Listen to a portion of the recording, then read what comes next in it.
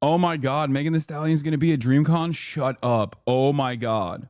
Oh my God. A lot of shit talk for someone that got cooked by Moist Critical. These are actual athletes, not the Pinoy gang behind Equinox you play with. Wait, what? You talk mad shit for someone that got cooked by Moist Critical? Wait, what are you talking about? I cooked Moist Critical. Fuck streaming, you need to lock in. Look, man, I'm gonna fucking... Look, first of all, I'm the diversity hire, okay? Everybody calm down. I'm the DEI pick. I'm the DEI pick. Last year, at least they had like Ludwig and shit too. So as far as the DEI picks went, I was better off than the rest of the DEI picks. But this year is different. This year is different. This year is different. Okay, we'll see. Yeah, my goal is I'm gonna cook so hard. I'm gonna do so well that Megan Thee Stallion is gonna high five me and be like, "Oh my God, you really are a hot girl, Hassan." That's what I think is gonna happen. I'm gonna be able to magically dunk, and that's what I'm gonna do. I'm gonna block Frigga and then go coast to coast, dunk, and then blow a kiss in Megan Thee Stallion's direction, and then she's gonna be like, "I want you to actually come on a tour with me. Like, you are obviously embodying the lifestyle and also just like you are like the perfect hot girl. This is hot girl summer. This is your hot girl summer. Hot girl shit. Would you like to go on tour with me?" I think that's what's gonna happen. That's what I'm excited for. This could actually happen if you're good though. Yeah, no, exactly. And then she could be like, "Would you like to be my backup dancer?" And I'm gonna be like, "Nah, I can't do that." This is gonna ruin the stream schedule. Yeah, Delulu. Okay, I need more confidence from my own audience. Okay, my own community is not instilling any confidence in me. This is fucked up. All right, I'm fucking blasting off, dude. Fuck you guys. Okay. Oxford Union speech is finally out. DreamCon draft announced. Drama at Capitol Hill. Well, you took it too far with the dancing, brother. I know. I don't have... We literally watched Lacey's tournament. That's why. Yeah, my performance at Lacey's tournament was so underwhelming. It was definitely the worst. It was my worst showing overall. But I would say that I am definitely... I can play better than that. I can play better than my performance at Lacey's tournament. I don't worry about that. Especially 5-on-5 full court, very different dynamic. I might be able to have a different showing here. Hold on, what the hell? Do we have Elon is still obsessed with me. Is Marla in it? No, I don't think so. Why not some Pokemon card opening? Your cardio is trash though. I'm getting better. Shut up. I'm getting better. I'm gonna get better. I'm gonna get better on my cardio. I made Kair in Blender for one of my finals. Oh my God, this is amazing. Yo, I'm using this. Hell yeah. Let's go. This is sick. Don't say it like that. That's just cope. You just say you had the wrong shoes or something. No, I always take ownership over my failures. You're wrong. Okay? You're wrong. I was bad and there's no excuse for it. Anyway, listen, stop. I made that. Congratulations, Mia Pineapple. You did a fucking amazing job. Okay. Oh, okay. Where were we? College campuses boo at their presidents and more.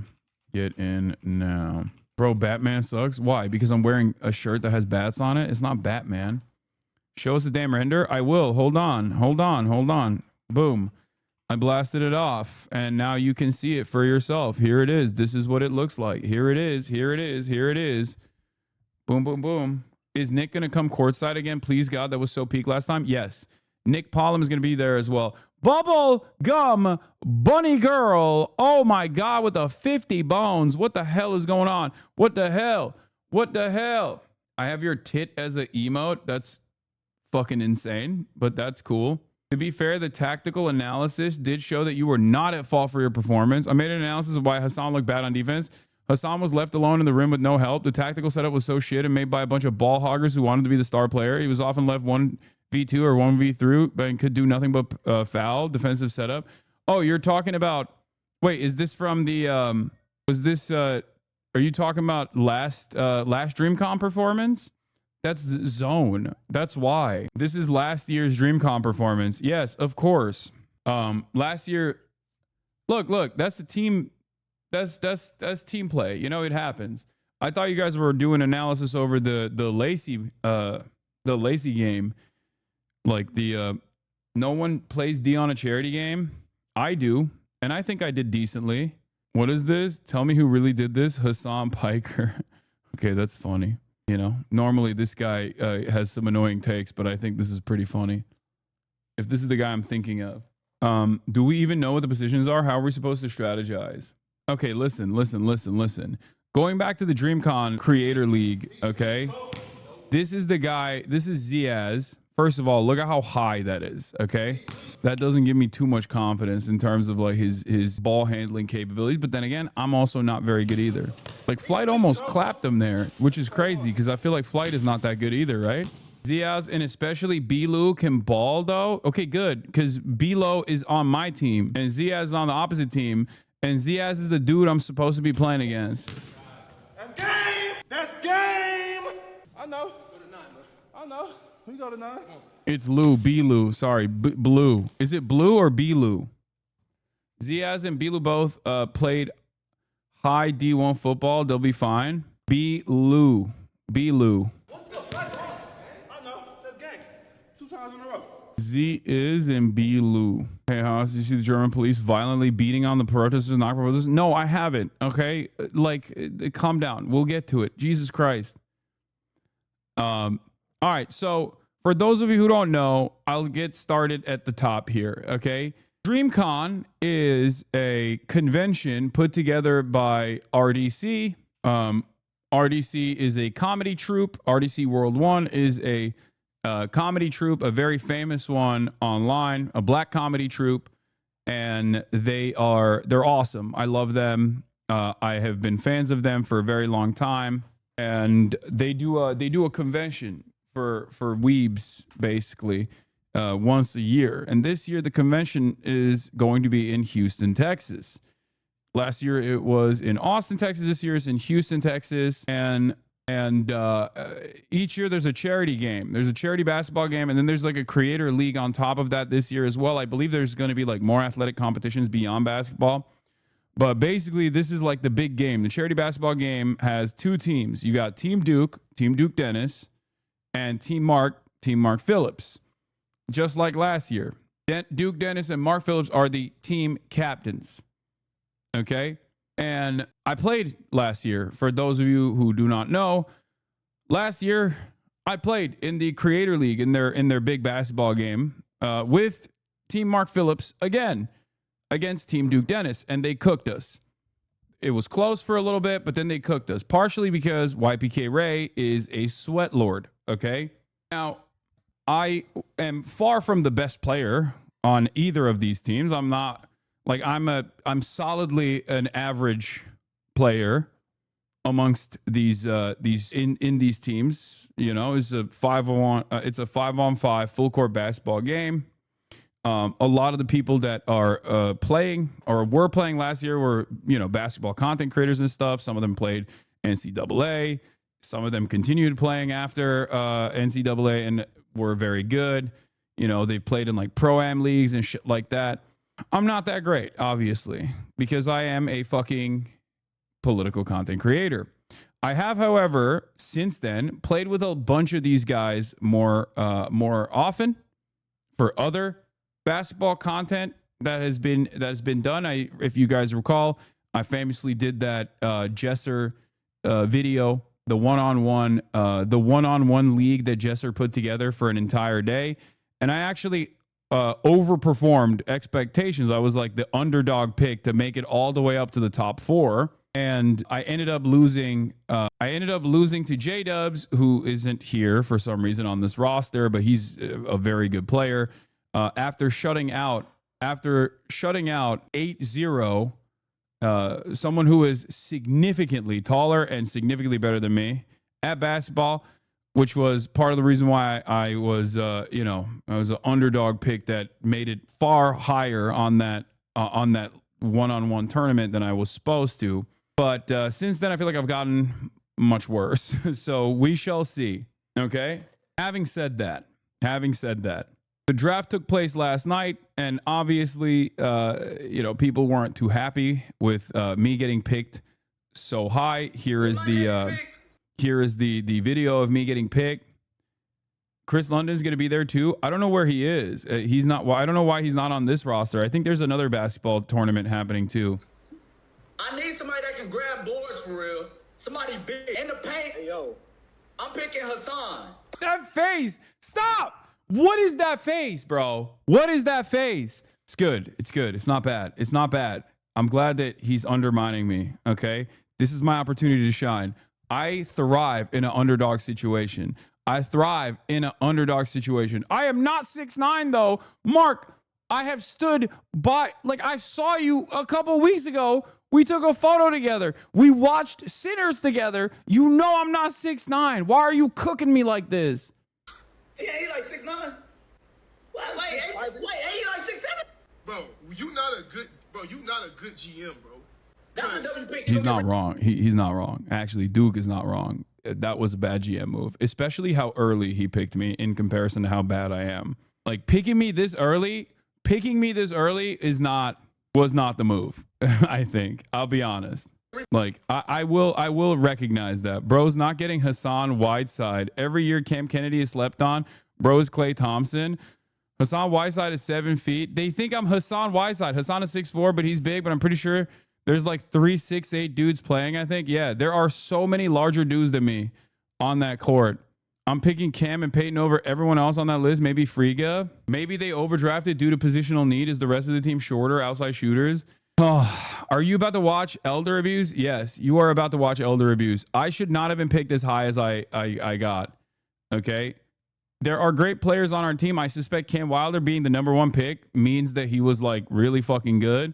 But Friga is definitely top tier. I'm definitely going Friga over Hassan. Yeah, no shit. If I played 1v1 against Friga, it would be a shutout. It's not even a question. He is significantly better than me. Ray is significantly better than me. Peyton, who is Peyton? Is it who I think it is? Let me see. Does anyone know? Can someone link me? No, stop saying Peyton Manning, dude. Shut up. Yeah, we have Bilu. Everyone is saying Peyton Manning. Shut the fuck up. I mean, god damn, this community is so, we are so locked in on fucking news and politics, but the moment that we sidestep away for like regular streamer related shit, it turns into nothing. Oh, Peyton Harden. Oh, dude, he couldn't play last year. Yeah, he's really good. He does the podcast with Cam. Yeah, him and Cam on the same team is fucking devastating because both of these guys are super tall and they're very good and they played NCAA and they're gonna. Oh no, that team is insane, dude. What the fuck? Okay, so this is. And they got Peyton and Cam. Both Peyton and Cam are significantly better than me, okay? So they're top 4. I can't even come near, okay? Like, basically, my play style is like a much, much shittier Cam Kennedy. Like, Cam is a significantly better player than me, but we play basically the same fucking role in teams. And he is much taller than me, much more athletic than me, much better than me in every capacity. On our team, we have Cam Wilder, who I don't know how he plays, but I assume he's really fucking good considering that he was top pick. Max is really good as well.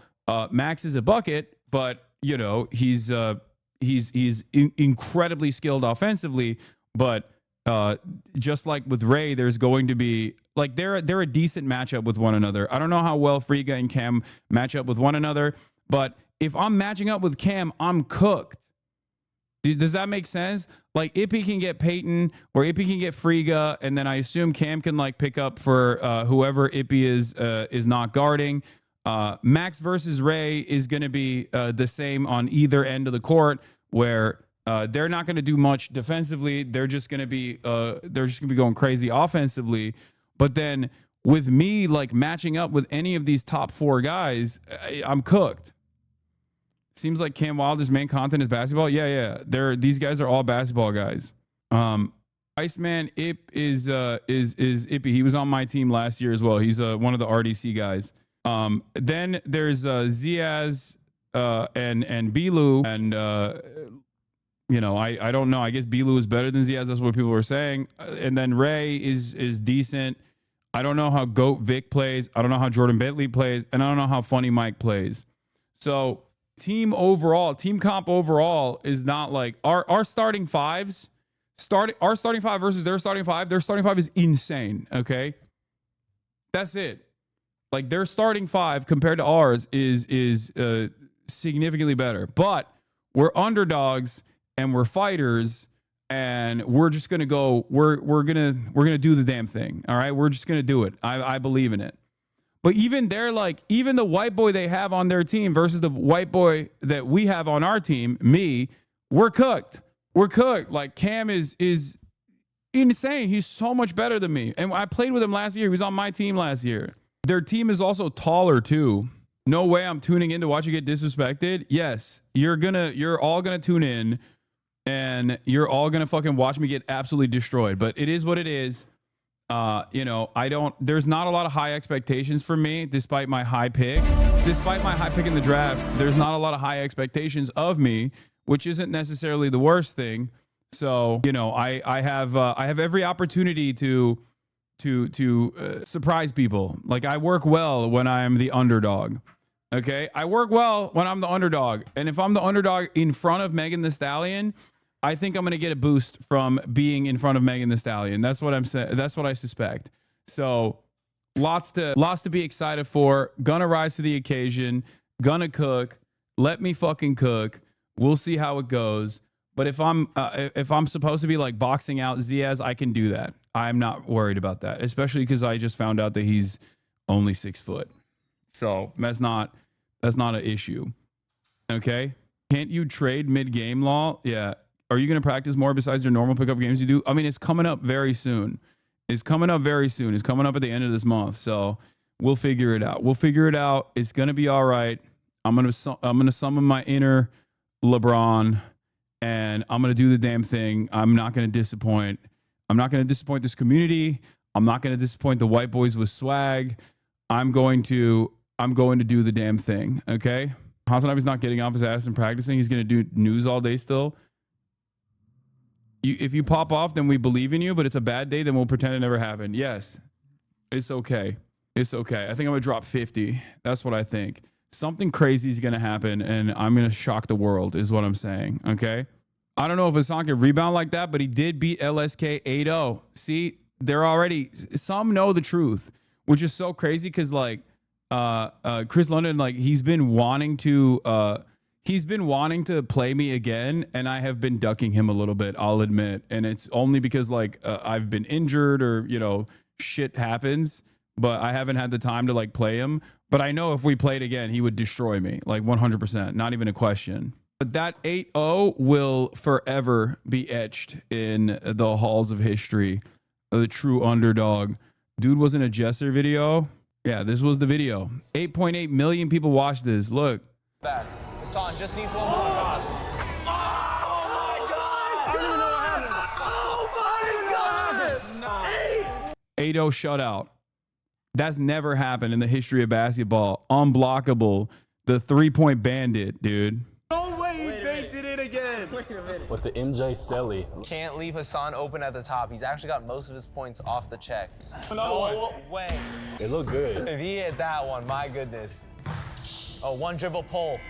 Oh. Bro, I'm broke as Yes! Oh my God! The crowd is stunned. We're all stunned right now. What? Yeah, I shocked the fucking world, dude. I shocked the world. I shocked the goddamn world with that shit. Okay? Flight reacting, very funny. 8-0. You know what I'm saying? I wasn't ducking at all. Everybody knows, especially in the chat, that Oh, this is like where does he react? I never let you get your leg back. I would have made this game at least 8-6. I'm just saying. I ain't meant to do that, man. Oh, this is after I lost. Hold on. It's off the check. No way. Bro. They look good. If he hit that one, my goodness. Oh, one dribble pull. Like, look at Chris's, like, his shot is so much better than me, too. Bro, he was there. I don't know why he's reacting like he's seen it for the first time ever. Dude in the state of California, bro. Couldn't get jumped out by an English teacher, bro. And y'all say that I'm messed up, bro. Yo, Yo, that was crazy. No, this is what a teacher that talk about politics, man. Economics teacher, bro. Bro said economics. What? Wait, isn't economics cooking? Can Chris make the 7-0 comeback? Hassan, just need... Yo, LSK, bro. Unfortunately, bro, you're canceled for the rest of the year. How the fuck did you not score a single point? How did you not score a single point in your 7'5.5" with a 10-foot wingspan?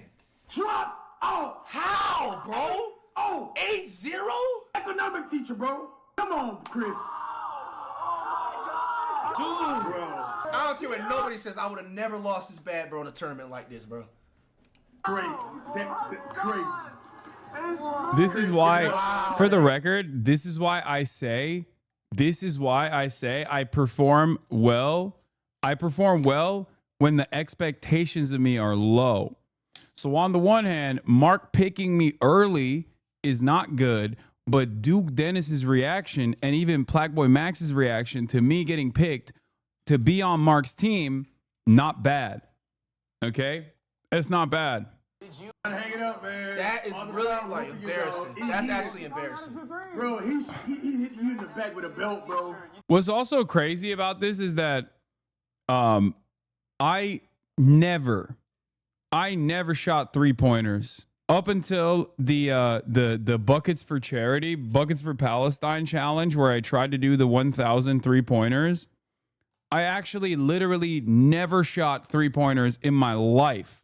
And after that, I started shooting 3-pointers more consistently because I had a decently high shot percentage for, you know, how ass normal people are in general, myself included. But send this to Max. Make sure he remembers he had your face. I mean, yeah, that's the other thing. Like, you know, I beat Max, but Max is, I mean, that was, you know, 2v2. So. Oh, yep. What the fuck? Can't do nothing. Shit, gay, fuck. How are you gonna deal with Friga though? I can't. I don't know. We'll see. We'll see what happens because Friga is so goddamn good. He's so fucking good, dude. And so is Cam. So is Peyton. Like they're all so goddamn good. And so is obviously Ray is so good. YPK Ray is incredible. So we shall see. Ball, no news for the next 2 weeks. Get the training montage music going. Are any of them NBA level? No, of course not. But brother, what are you talking about? NBA level? There is no NBA level is not on this planet, okay? No one you have ever encountered in the real world is NBA level unless you played against like a former player or something. What do you mean NBA level? NBA is God, okay? G League is godlike. Not even NBA level. I'm talking like I explain this concept to people all the time and they just don't understand it. Especially because like this, the space that we're in, I don't think a lot of people understand like athletes and the skill gap that they have with like the average human being. If you have consistently played organized basketball up until the NCAA level, okay, if you played in the NCAA, Division I especially, but even if you played Division II, Division III, you are so much better than the best player that plays pickup basketball. Like, it's not even a fucking question, okay? And I say this as someone who has played against people who have played professionally. I say this as someone who's played against people who have played Division I basketball, Division II basketball, like NCAA basketball. Like, at that point, you're basically trying to close up as many gaps as you can, but, you know, it's a sinking ship. Someone like myself who has at least like physical advantages, who doesn't play, who has never played like even semi-professionally or anything like that. Like I'm also about to be 34. You know what I mean? Like I have many disadvantages when matched up against like 24-year-old dudes who just got out of college and played college ball. It's not even a fucking question. These guys are above and beyond, okay? Yeah. White Mamba once famously said, I'm closer to MJ than you are to me, and it's correct. Brian Scalabrine, right? Like he would do that thing where he was like, everyone would clown on him, and everyone would talk about how he was like oh, you're bad. You're bad. You're trash. And then he would just like cook people, right? Yeah. Brian Scalabrine was the biggest 2000s NBA joke, and he bodies people on a daily basis, and he still plays people all the time too. Like it's not even close. Stop low-key comparing yourself to Scalabrine. No, I'm saying what? No, I'm saying that the worst NBA player, the worst G League player is still the skill gap between the worst professional basketball player and the best fucking casual pickup basketball player is so high. People don't understand it. People literally think that this is like, you have to be committed to misunderstanding my point. Like, I'm not comparing myself to Scalabrine at all. I'm saying that Scalabrine is such a better player than the average basketball player who plays casually. Like, it's not even a question. And most people don't understand this reality. They don't understand the skill gap that exists. Like, NS Content is a great example. Exactly. He's dog shit, but he would smoke every person unconditionally. Yeah, the gap between an NBA bench warmer and peak LeBron is way smaller than a recreational player and the bench warmer. Exactly. Why Mamba was also never bad by NBA standards. He was able to make it in the roster for like 10 years. No, even someone who is bad, like even someone who is a joke by NBA standards, the worst possible NBA player, the worst possible G League player still. The worst possible G League player will still cook most people, okay? Easily, like without even a question. Yeah, Bronny. Clown on Bronny all the time. Bronny would fucking destroy 99% of people he plays against. Like 99.999% of casuals that Bronny plays against, it's not even going to be a problem. And he's far from the worst G Leaguer. Exactly. I'm just saying, like, it's a meme, and a lot of people hyper focus on him because he's LeBron James's son, but like, you know, anyway, White Mama's adage, I'm closer to LeBron than you are to me. Exactly. Okay. Let's get to some serious shit now. Okay. Enough memes, enough back and forth. Well, I guess the last meme I was going to show you is that, Elon is still locked in, replying to my fucking stalker account. Asmongold has no love lost over Hassan losing grip of his bully influence on the online arena. Must be very awful for Hassan that he can't bully people out of having positions that he disagrees with. You had a good run. Must suck. Yeah, really sucks. Elon Musk hitting with the fucking smiling, crying emoji. The regression of political discourse continues, okay? The regression of political discourse fucking continues. That's crazy. This is the wealthiest person on the planet, and he is replying to my fucking stalker account on the social media platform that he owns, while also celebrating that the social media platform that he owns unironically has become a horrible place for back and forth and for politics. Like, richest man on earth replying to Twitch drama, 0 aura points, minus 1 million aura points. What is Asmongold even talking about? I don't know. I haven't even looked into it, but I suspect that if I were to speculate, it would most likely be that, like, these guys claim that liberals bullied them all the time, and now they're the bullies or something. Like, it's just like vengeance politics. Like, first you perceive yourself as a victim for having abhorrent opinions about things, and then once, like, those abhorrent political opinions become the norm in platforms like the ones that Elon Musk owns, where people basically wear their bigotry and their stupidity as a badge of courage, which is what my point was, then they say, well, back in the day you used to bully us, and now the bullies are it's the revenge of the nerds or something, which is so stupid. Just, you know. And this is Hassan crying. Is this, you know what? Who cares? Let's move on. Yeah. This is just how, what is this? This is how Twitter and increasingly more online spaces feel nowadays. People are no longer able to feel shame and wear their bigotry and stupidity like a badge of honor. Yes, I understand. It must be very awful for Hassan that he can't bully people out of having positions that he disagrees with now. You know what's really funny about this? I never bullied Asmongold until he became this, like, right-wing demon. Or even when he had right-wing opinions, I was very charitable to him, and he was the one who has historically demanded that I get banned or maybe even go to fucking jail. You know what I mean? For my opinions. So I don't know where he fucking comes from with this like victimhood bullshit. People would yell at me all the time for not being more aggressive towards Asmongold. Like, I was incredibly fucking charitable to Asmongold, far more than he deserved, really, and far more than he's ever demonstrated towards me after becoming a prominent right-wing political commentator. But it's like so strange because in the minds of his community, they operate as though they have this mentality that like I was the reason why he got banned or something. Like, they legitimately think I called for his ban, or at least I got him banned when he said the thing about Palestinians deserving genocide. His heart is not in this shit. You can hear it in his voice. He had to read through your tweet and then come up with an on-the-spot anti-Hassan take for the content. He's just going through the motions. Yeah, I mean, it is what it is. Yeah, Bryce. Hey, listen, it was a good few years, right? You had a good run. But I think people are...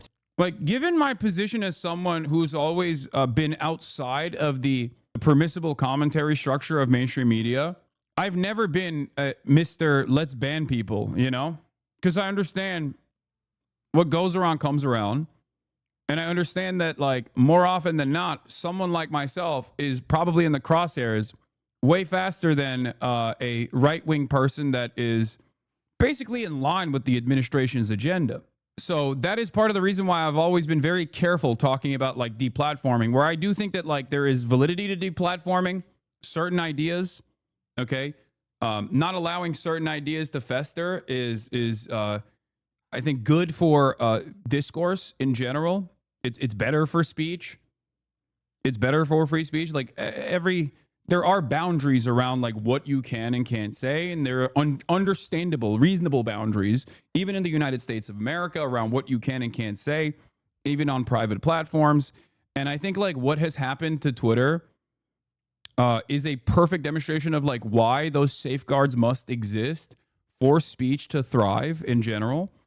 But of course, like for guys like this, they don't mind that shit at all. They love it because it's all about like dominating your opponent, dominating your political enemies.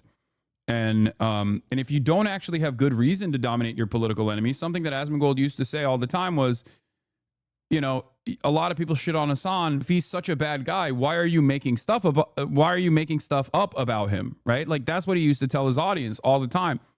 Like something that he always would say is like, if Hassan is such a bad guy, just say what he's doing that's bad instead of just like making shit up about him to yell about. And now he basically does it himself, or at least leans on it himself, because he got a little taste of that like fuck Hassan juice, right? And he recognized it. He recognized the value that brings to the table, and he kind of dropped it, which is, you know, it is what it is. What are you gonna do? I genuinely cannot comprehend how or why other streamers continue to collab with this man on camera. The shit he says is so fucking disgusting. One, people are worried about getting ass blasted by his legion of mass harassers. Okay, that's a big part of the problem. And two, he's one of the top content creators on the platform. Most people look at this as a job. They don't think about, like, with the exception of this community, okay, even Asmongold's community looks at this from the lens of drama. Do you understand? They don't actually think about the political movement that they are a part of. I'm sure that there are people who have genuine political convictions that are inside of Asmongold's community, but a lot of people don't look at politics from that framework. They look at politics as like, yeah, it's just a type of content. Because if you notice, like even my friends, sometimes when they talk about like my job security, other content creators on this platform will say like, Hassan, you have permanent job security because like the content that you're covering is endless.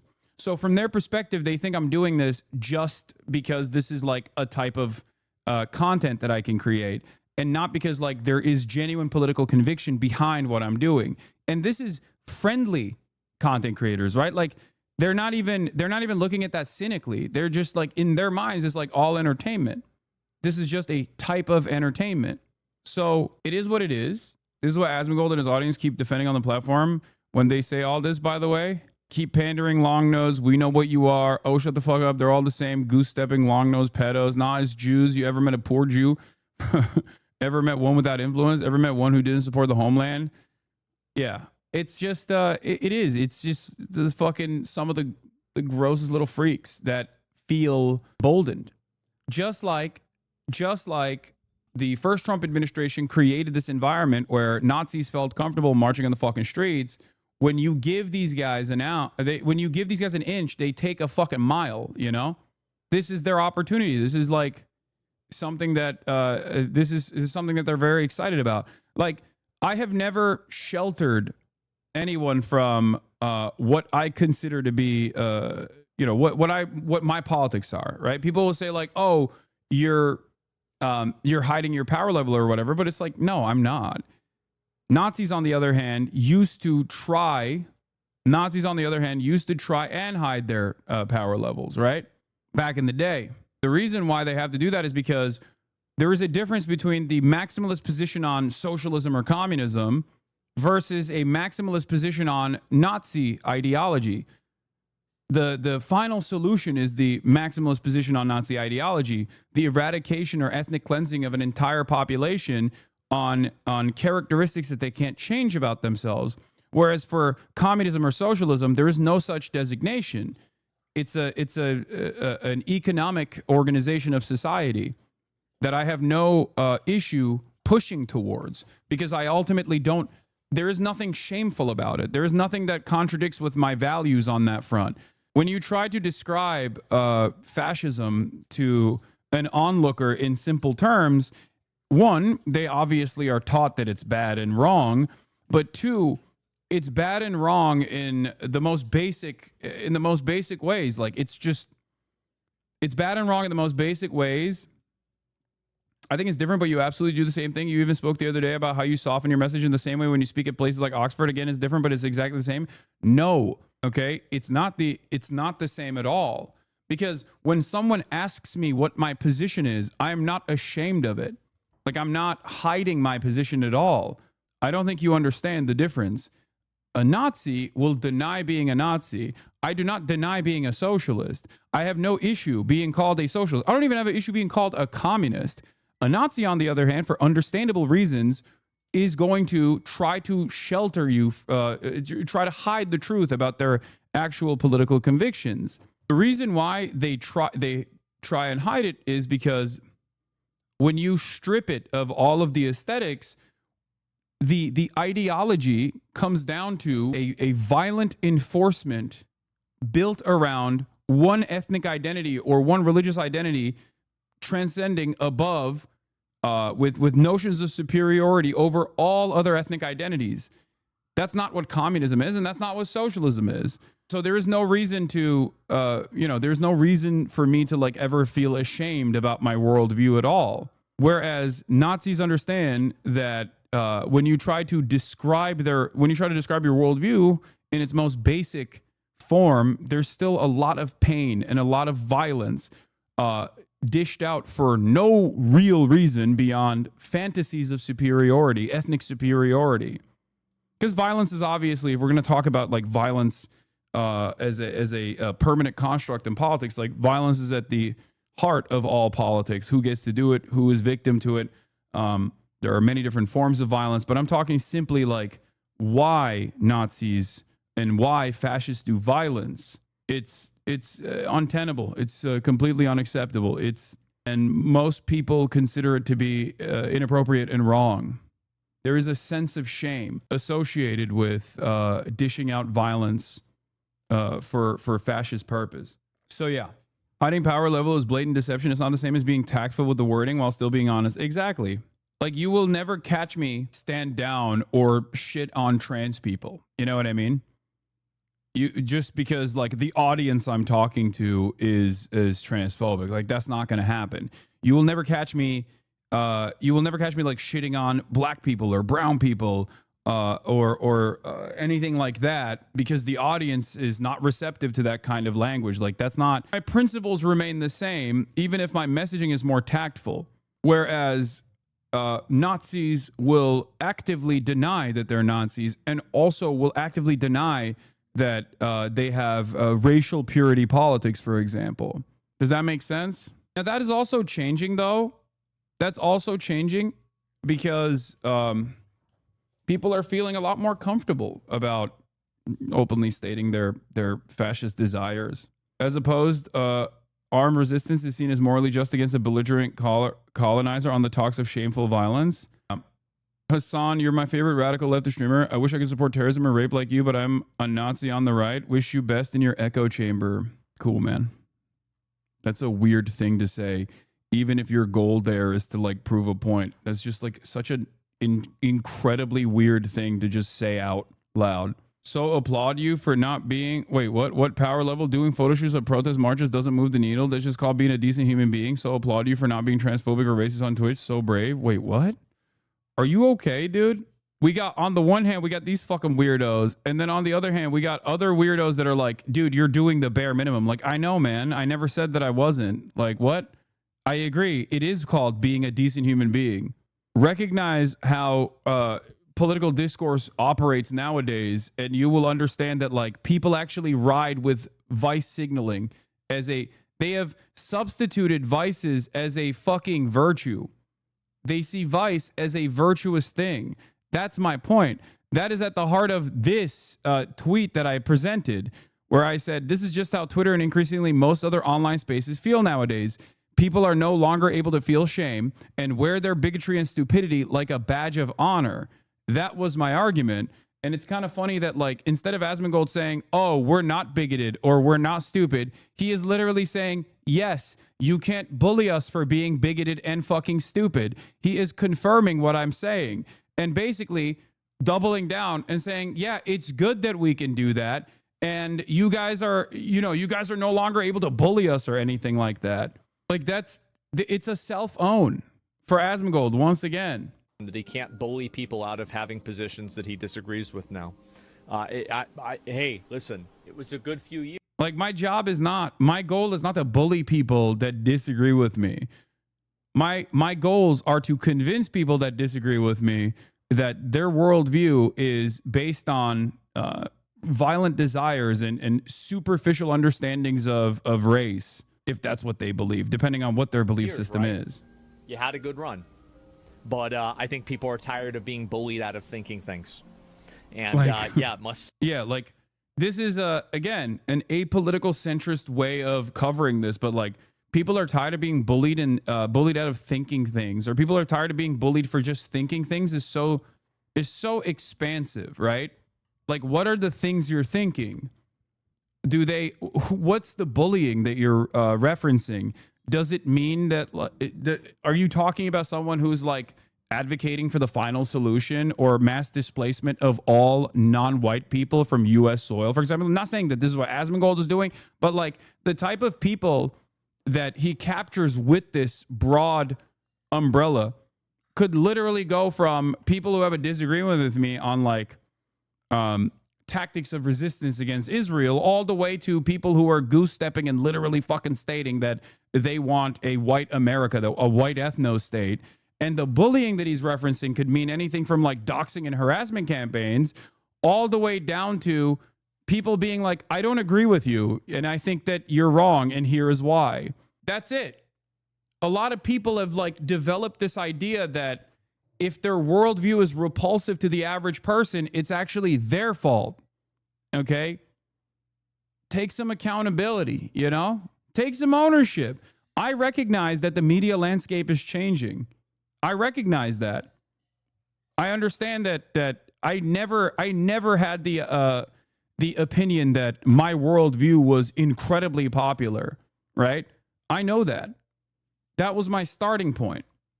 That is something that I've always described to people in my community where I always tell people like, hey, look, being a leftist is all about taking L's. You're going to take a shit ton of L's. Liberals don't fuck with you. Liberals don't agree with your worldview.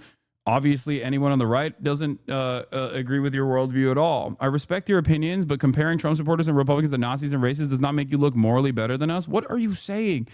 Like, you're protesting too much. That's not what I'm saying. I never said that. I did not say that just now. You have this fucking insecurity about your worldview, I think. Like, this is just you telling on your own self and the way you see the world. Okay? I did not say all Republicans are, or all Trump supporters are fucking Nazis and racists, okay?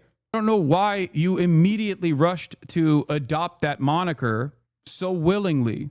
I'm a Republican, but I live in South Carolina where all my friends are Hispanic and blacks. Okay, brother, I don't care about your background. I don't know why you just like jumped on to be like, I'm a Nazi, or people calling me a Nazi all the time or whatever. Okay.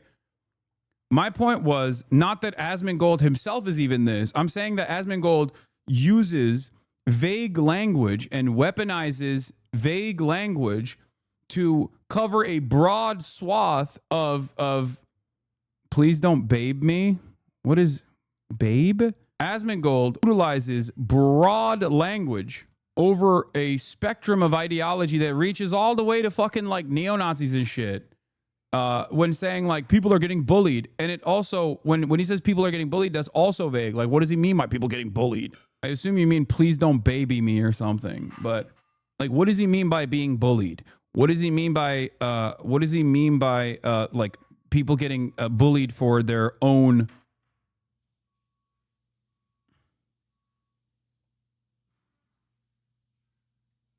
Careful, don't let Hasanabi pull up your Twitter. It'll result in you reflecting your worldview and potentially improving yourself. Hell, I went out and got a job because of this guy. Nice. Yeah, it's literally, yeah, it is this tweet. Exactly. It's absolutely sickening to compare ICE law enforcement agents to Gestapo. Attacks and demonization of ICE and our partners is wrong. ICE officers are now facing a 413% increase in assaults. Our message is clear. Do not come into this country illegally. If you do, we will arrest you, deport you, and you will never return. Classic. Nazi. I love this video. Na, Sie sind doch einer. Das ist ja eine Unverschämtheit. Nur weil ich in der NSDAP und kein Nazi. Wahrscheinlich bin ich auch noch rechtsextrem, oder was? Ja, aber was sollen Sie denn sonst sein? Ich bin vielleicht concerned citizen afraid of foreign domination. But I am not right wing. Ich bin erst recht and above all, I am not a Nazi. Hey, you there. Do I look like a Nazi aus? No, I wouldn't say so. Aber he must be a Nazi too then, right? Nazis everywhere. Wenn einem die When you're Argumente running out of ausgehen, ideas, it's dann easy to play holt the man Nazi schnell mal card. die This has nothing to do with the Nazi card. Die machen sich das That Leben life sehr makes it einfach. very Nur easy for weil you. Just because someone doesn't share the mainstream opinion, he isn't automatically a die Nazi. Mainstream-Meinung nicht teilt, ist er gleich ein Nazi. But being a Nazi already is the mainstream. You National Socialists have all the power. Oh yeah, I forgot. In your world, everyone's a Nazi. The Führer probably is a Nazi too, right? Ja. Yes. That's enough. Insulting the Führer. Come along. Why is this so 2025? I hate it. My God, these Trump people are racist. That attitude is what's pushing me to be a racist. Say what? Might as well. You say I'm a Nazi, so fine. I'll be a Nazi if that makes you happy. It doesn't. I bought this Waffen SS uniform for Halloween. Maybe you'll cry offensive, so maybe I'll just wear it every day. I just hate to do this. I feel bullied, really. Yeah. Is why they called Nazism alt-right, so they could be Republicans, but at a distance, get the mainstream benefits, but keep the Nazi worldview and bigotry? Yeah. This is a Matt Boers cartoon. My goat. I can't watch Mussolini Son of the Century. I've been trying to, but it's like not available in America yet on streamers online yet. Nazis have convinced normies that the mere mention of Nazis shuts down an entire conversation. I know. While they're in the process of fucking identifying themselves as Nazis is fucking crazy. My question. CNBC, was your worth at Doge worth it? There are a lot of people who dislike you, some of whom were your customers. What I've learned is that legacy media propaganda is very effective at making you believe things aren't true. Is more about your work at Doge, for example. Was that worth it? You know, to the extent you are now, Elon, you were a somewhat divisive figure 2 years ago, but now you really are. I mean, there are people who love you, but there are a lot of people who dislike you, some of whom were your customers. And I wonder, was it worth the undertaking at Doge and everything else that you've done and how outspoken you've been in terms of the things you believe in, to antagonize so many potential buyers and or users of things like a robo-taxi? Well, I mean, unfortunately, what I've learned is that legacy media propaganda is very effective at making people believe things that aren't true. What would an example of that be? That I'm a Nazi, for example. Right. And how many legacy media... Like, legacy media is so scared of actually slamming that moniker on someone. They're far too worried about like correctly applying it to someone who hit the double sig heil at the inauguration. Like it's not they're not just saying this about Elon Musk for no reason because they just want to like bully him or claim that it's just like they're just making up this claim out of nowhere, right? Homie didn't even say he was a Nazi and he brought it up. Yeah, it's just like, again, you're protesting a little bit too much, I think. The reason why they're saying that about you is because you have aligned with the AfD. You brought up the onslaught of neo-Nazi commentary back to Twitter after purchasing it. You follow a lot of neo-Nazi accounts that literally deny the fucking Holocaust. You constantly correspond with eugenics accounts that believe in like the Great Replacement Theory. You have actually repeated the Great Replacement Theory neo-Nazi propaganda points before, literally agreeing with someone who said Jews actually created the onslaught of third world migration into the Western world with an interest of destroying the Western civilization that is far superior to other civilizations. Like there are so many reasons, even before we get to the fact that he also dropped a double sig Heil on fucking inauguration in front of hundreds of millions of people that were watching worldwide. Like, of course people are going to fucking make that assertion. Of course it's understandable that understandably, people think that you are a Nazi because they respond to stimuli, the stimuli that you're putting out deliberately. You ever seen that photo of like that 8-year-old Nazi who sent a picture of himself in a discourse server and said, one of my top 5 most Aryan pictures of myself? I don't think that kid is 8 years old. I think he's like 17 or something, and he's Mexican and living in Texas. And I think I know what you're talking about. I saw it on my timeline the other day, and it put me down this like crazy fucking rabbit hole. I saw it last night, actually. I was looking at that last night to see like what these accounts are and how they operate. It's fucking crazy. There's like so many out and about. There are so many out and about like open fucking Nazi accounts on the platform that just like are constantly posting. They're constantly posting like insane Nazi propaganda, and they're not even like hiding it too. There's like, Waffen SS Enjoyer is the name of the account, shit like that. And they got like tens of thousands of followers too. It's wild. Meanwhile, while all this happening, the other thing that I was yelling about, or not yelling about necessarily, but the other thing that I was like joking about last night was this. Ethan is apparently still constantly obsessively posting about me. And one of the things that he fucking posted was a now deleted tweet from Twitter that I don't know where he even found it, of my tweet from December 15, 2016. Oh, hey, everyone, it's time to care about dead babies in Syria. Social media told me so. Now, at first glance, if you are not insanely motivated to assume that I don't care about the prospect of dead Arab children, for example, and if you're like an obsessive stalker, you might actually assume I'm saying that, you shouldn't care about dead Syrian children. Of course, as I have repeatedly talked about here, this is more so about the idea that like nobody cares about fucking dead children in Syria, and they should. And it's really fucked up that it's until it's far too late do people even entertain the notion of talking about dead children in Syria just because it's a social media movement. Now, why am I saying that? It's because I'd written extensively on the subject matter, including my video at the time, We Must Help Syrian Refugees, posted on the Young Turks YouTube page one day after it was actually published originally on Facebook. This was tweeted during the height of the bombardment of eastern Aleppo. The site of the city was being besieged. The Assad regime, Iran, and Russia indiscriminately bombed civilian spaces, hospitals, bakeries, and schools. Over 22,000 civilians were killed, at least 5,200 of whom were children. That was my point. My point was that people did not care about Syrians. People did not care about what Assad was doing. People did not care about the plight of Syrians. But like, why? Why do you post something like this? Why do you post something like this implying that I actually, in 2016, was, pro-Assad or something, or pro-dead Syrian children or something? Well, you only do that because, you yourself don't give a fuck about dead Arab children. You kind of like it because you like Israel. I said, with the image description, I said, moronic Zionist falsely assumes I too must not care about dead Arab children like the state he defends by using tweet out of context from December 15th, 2016. And then my actual coverage on the issue from December 15, 2016 posted a day later. And what's crazy is his proof against social media told me to do so is the Young Turks page telling him to do so. That's me, man. My reply guys are so fucking stupid. Who's the person who tweeted that? I blacked out the account. It was a random account that tweeted that probably deleted it too. Because they most likely found out the context of why I was saying that and felt bad.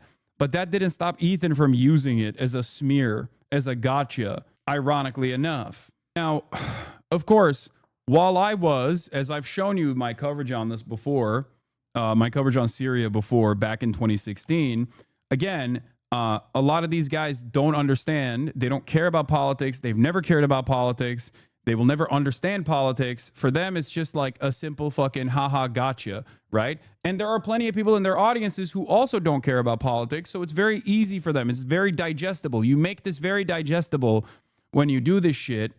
And unfortunately, the apolitical masses, the masses that perceive themselves as like being above caring about politics, will ride with this shit. Yeah, this is perhaps a decent way of ending this conversation. This was tweeted during the height of the bombardment in Aleppo. When people mention a random tweet you had about Syria forever ago and think you don't care about Syrians, please put a moment of this on the screen. Oh yeah, we must help Syrian refugees. When I said, oh hey, now the world cares about Syrian children, which is a tweet that an American Enterprise Institute government stooge always points to all the time to say that I don't give a f about Syria. I literally was writing this article at the time, and I was mad that people didn't give a f about Syrian refugees. It is a completely and utterly contextless tweet to post when I literally have documented, like when I have personally, time and time again, defended refugees across the board, defended people's lives that have been destroyed. That's what's so crazy. But these people would rather live in a lie. Yeah, this is the OG everyone, tweet. It's time to care about dead babies in Syria. Social media told me so. Yeah, to all the idiots commenting, Hassan was frustrated people don't care about these atrocities unless it's trendy to do so. He'd been talking about Syria for years and released many cries about it, including this one from 6 years ago. Yeah. This is the big slam dunk that people have where they're like, no, you don't understand. He's actually pro-Assad. I saw someone use that. Yeah. If you go back and watch that video, you will realize, like, I'm criticizing the Assad regime and its practices in 2016 during the conflict that was unfolding. So what was Ethan Klein doing at that time, though? That tweet is evidence that you were, because he was a podcaster at that time, right? Assad is glad to know the full context. Yes, dude. If someone tells you that I am in favor of, why do you think people who don't like you give you any benefit of the doubt? I mean, it's not the people that don't like me, but it is definitely other random people that probably are confused by it. What was Ethan doing at that time? Syrians are dying. Why does that not get more attention than a literal car, roadster being launched into outer space? Sorry, one's way more fucking interesting. It's true. It's so crazy because I didn't even, like, I had no understanding of Ethan Klein at that point beyond, like, Vape Nash, right? And he's, like, literally, it almost feels like he's responding to me back in 2016. Like, what the fuck are we doing? Like, I was responding to the guy all the way back in 2016. And now look at this.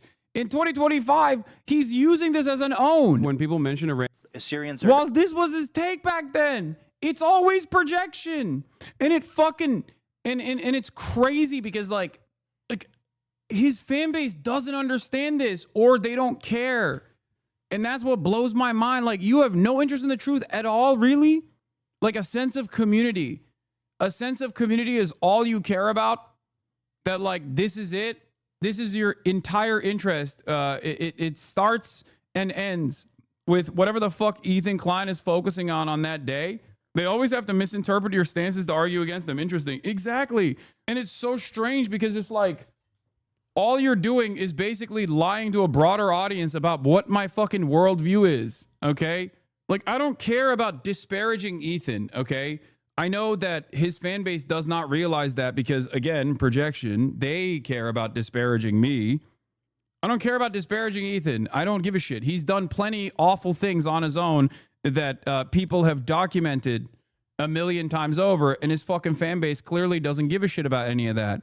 And that's fine. But, like, I'm a political commentator. What use do you have constantly lying about my fucking political perspective? This is what I will never understand. It's like it doesn't make sense to me at all.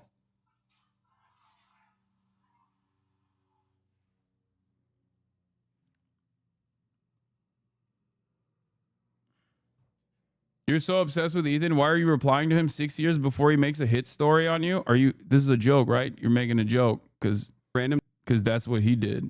Oh, the joke you're making is that like I was addressing him 6 years in the past. Amber said it best. Beware of people entering communities primarily for community. Oh, entering politics primarily for community. You get shit like Destiny and Ethan. Yeah. It's one of the funniest aspects of this. And it's one of the most commonplace things I hear from people who are like, I'm a former fan. And as a former fan, I couldn't believe like how much Hassan's points changed throughout time. It's like, I'm one of the most consistent political commentators, dude. What the fuck are you talking about? This is just stan culture masquerading as like politics. And it's so damaging the discourse, so damaging the political discourse. I saw a tweet, I think it was Ested that posted about this, where he was like, everything is stan culture. Everything is stan culture now. Team sports is stan culture. Like, obviously team fandom was already so close to stan culture, but like people no longer care about the output. They care about like financial dominance. Okay. They care about financial dominance. Stan culture is dominating every aspect of our lives. We are so alienated. We are increasingly isolated from one another. And now stan culture, sports, politics, pop culture, everyone's a barb now. Derogatory. One of the worst things to happen to sports, in my opinion, has been fans talking like league stakeholders and owners arguing about things like market size and viewership. It's so crazy. Like, I don't want my fans to fucking ride for me from a point of like just like genuinely loving who I am. Okay. I want people to ride for the ideas. In the process, if you are correcting the record, that's fine. You know what I mean? If someone is like deluded, if you find someone in the wild who just has like the wrong opinion about what I represent, and therefore it disparages like your worldview, then yeah, you can correct them. But like ultimately, the goal here is to spread a political message. The goal here is to spread a political message. And all these guys fucking do is just like enter this arena without any sort of interest in spreading a political message at all, and they end up leaving the sphere of discourse in fucking ashes. It's very, very, very frustrating to have to deal with this all the goddamn time. And then this piece of shit talked about going after Noah's funds raised for Palestine. Wait, what? And let's say hypothetically I'm planning to sue a bunch of these people. They just keep raising money because Noah's like, let's prove to Ethan that we can raise the money to fight this lawsuit, which is fine. Like I said, I prefer them raise the money so that I know that at least there's something left when I win, right? Man, that's just math. That's just logic. That money's coming to me eventually. So it's good. If he was bankrupt, I wouldn't collect at all. So in a way, it's good for me that he's crowdfunding. But I do think it's funny. But he's not crowdfunding for his lawsuit. No, well, he said, I'm going to crowdfund, but I'm doing it to prove that we can. I said, instead of crowdfunding for the lawsuit, I'm going to crowdfund for Gaza. But that's like an actual good cause. Yes, it is. So what's funny though is that he's asking his audience to chip in to prove, right, that he can crowdfund. It doesn't prove anything like but the sort at all. There's got to be a limit. Like he can't go and you think he's going to go? Well, also more people are obviously more willing to give to a cause that's going to a good cause versus some dude's lawsuit. Yeah, totally. That too. But like at the end of the day, it's awesome. Yeah. I think it's fucking great. I love it. These guys are the. You are way too kind to this freak. I'm not. He's out of his fucking mind, dude. Bro, he positioned himself as being against funding, like fundraising for a cancer charity.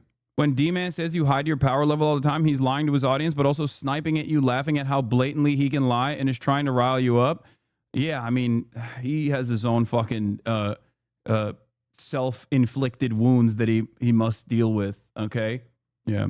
Dan doesn't baby Ethan Klein. Notice how he starts ignoring Dan when he isn't agreeing with him? I know. Anyway, whatever. I mean, this is villain shit. This is villainous shit. It's also incredibly stupid. What is this? Oh, yeah, I saw this. The petite feet thing. I'm laughing so fucking hard. I've been seeing the screenshot going around and I never open. I'm losing it. Like, this is the kind of shit we post to on Hassan Twit out of love for our demure diva. Petite feet, feminist steps. Sounds like a lady when he's walking in the room. That's so strange, dude. Very weird guy. Like he switches off from me being a dangerous radical terrorist to like having tiny feet or something. Okay, I have tiny feet. Yeah, sure. It's just a very, very strange, almost sexual obsession. Anyway, invite this loser on to debate your Syria tweet, then call him a coward when he doesn't. That losers always hate watching clearly. No, these guys don't care. They don't care. They don't want to do that. Like Asmongold's a great example of this. He will cut thousands of videos going forward, as he has already. He's done. He will spend hours and hours talking about me, and then when I respond, he'll go, oh, "You're so obsessed." And when I say, "Hey, man, we can have a discussion if you want," as I've suggested numerous times, his fan base literally shuts off that counter. They just don't. They're like, "Nah, it's so much better if we just keep screaming from our hug box," because they know that like. If he were to test the metal of his ideas against someone who is more knowledgeable than him, he would look like a fucking moron. He would have to forcibly concede on a lot of positions to maintain his intellectually curious stance. Like he's apolitical, right? That's it. You need to call them cowards. They can't hide from that. They are, but it doesn't matter. And debating isn't always productive. It's kind of glorified. I know. But like there is only so much. There's only so much like back and forth I'm willing to entertain over clips where I will say like, yeah, look, let's do it. Let's have a conversation. You want to fucking talk shit? Let's do it. Let's have a normal, productive conversation face to face. And there is a reason why they don't want to do that. And the reason why they don't want to do that is because they recognize that they would look like fucking silly fools. Takes one to know one, kid. Takes one to know one, kid. You spew a lot of hyperbolic shit too. Just point to what I'm saying. Like point to what your disagreement is. Don't fucking do these vague generalizations, okay? And secondly, I'm not the one shying away from talking to Asmon. He's the one who's running away. And the same thing goes for Ethan as well. Like look at the back and forth that took place between me and Ethan when that actually had a conversation. You went from saying that he was going to talk to Sam Cedar. Now he claims he won the debate. What debate? I thought it was a conversation. Yeah. They're just doing myth making over there. And you can engage in myth making as long as you like keep the cult tight. Because this is basically cultish thinking. That's all this is. That's all this turns into is developing a cult. Purge the naysayers. No scrutiny allowed. Right?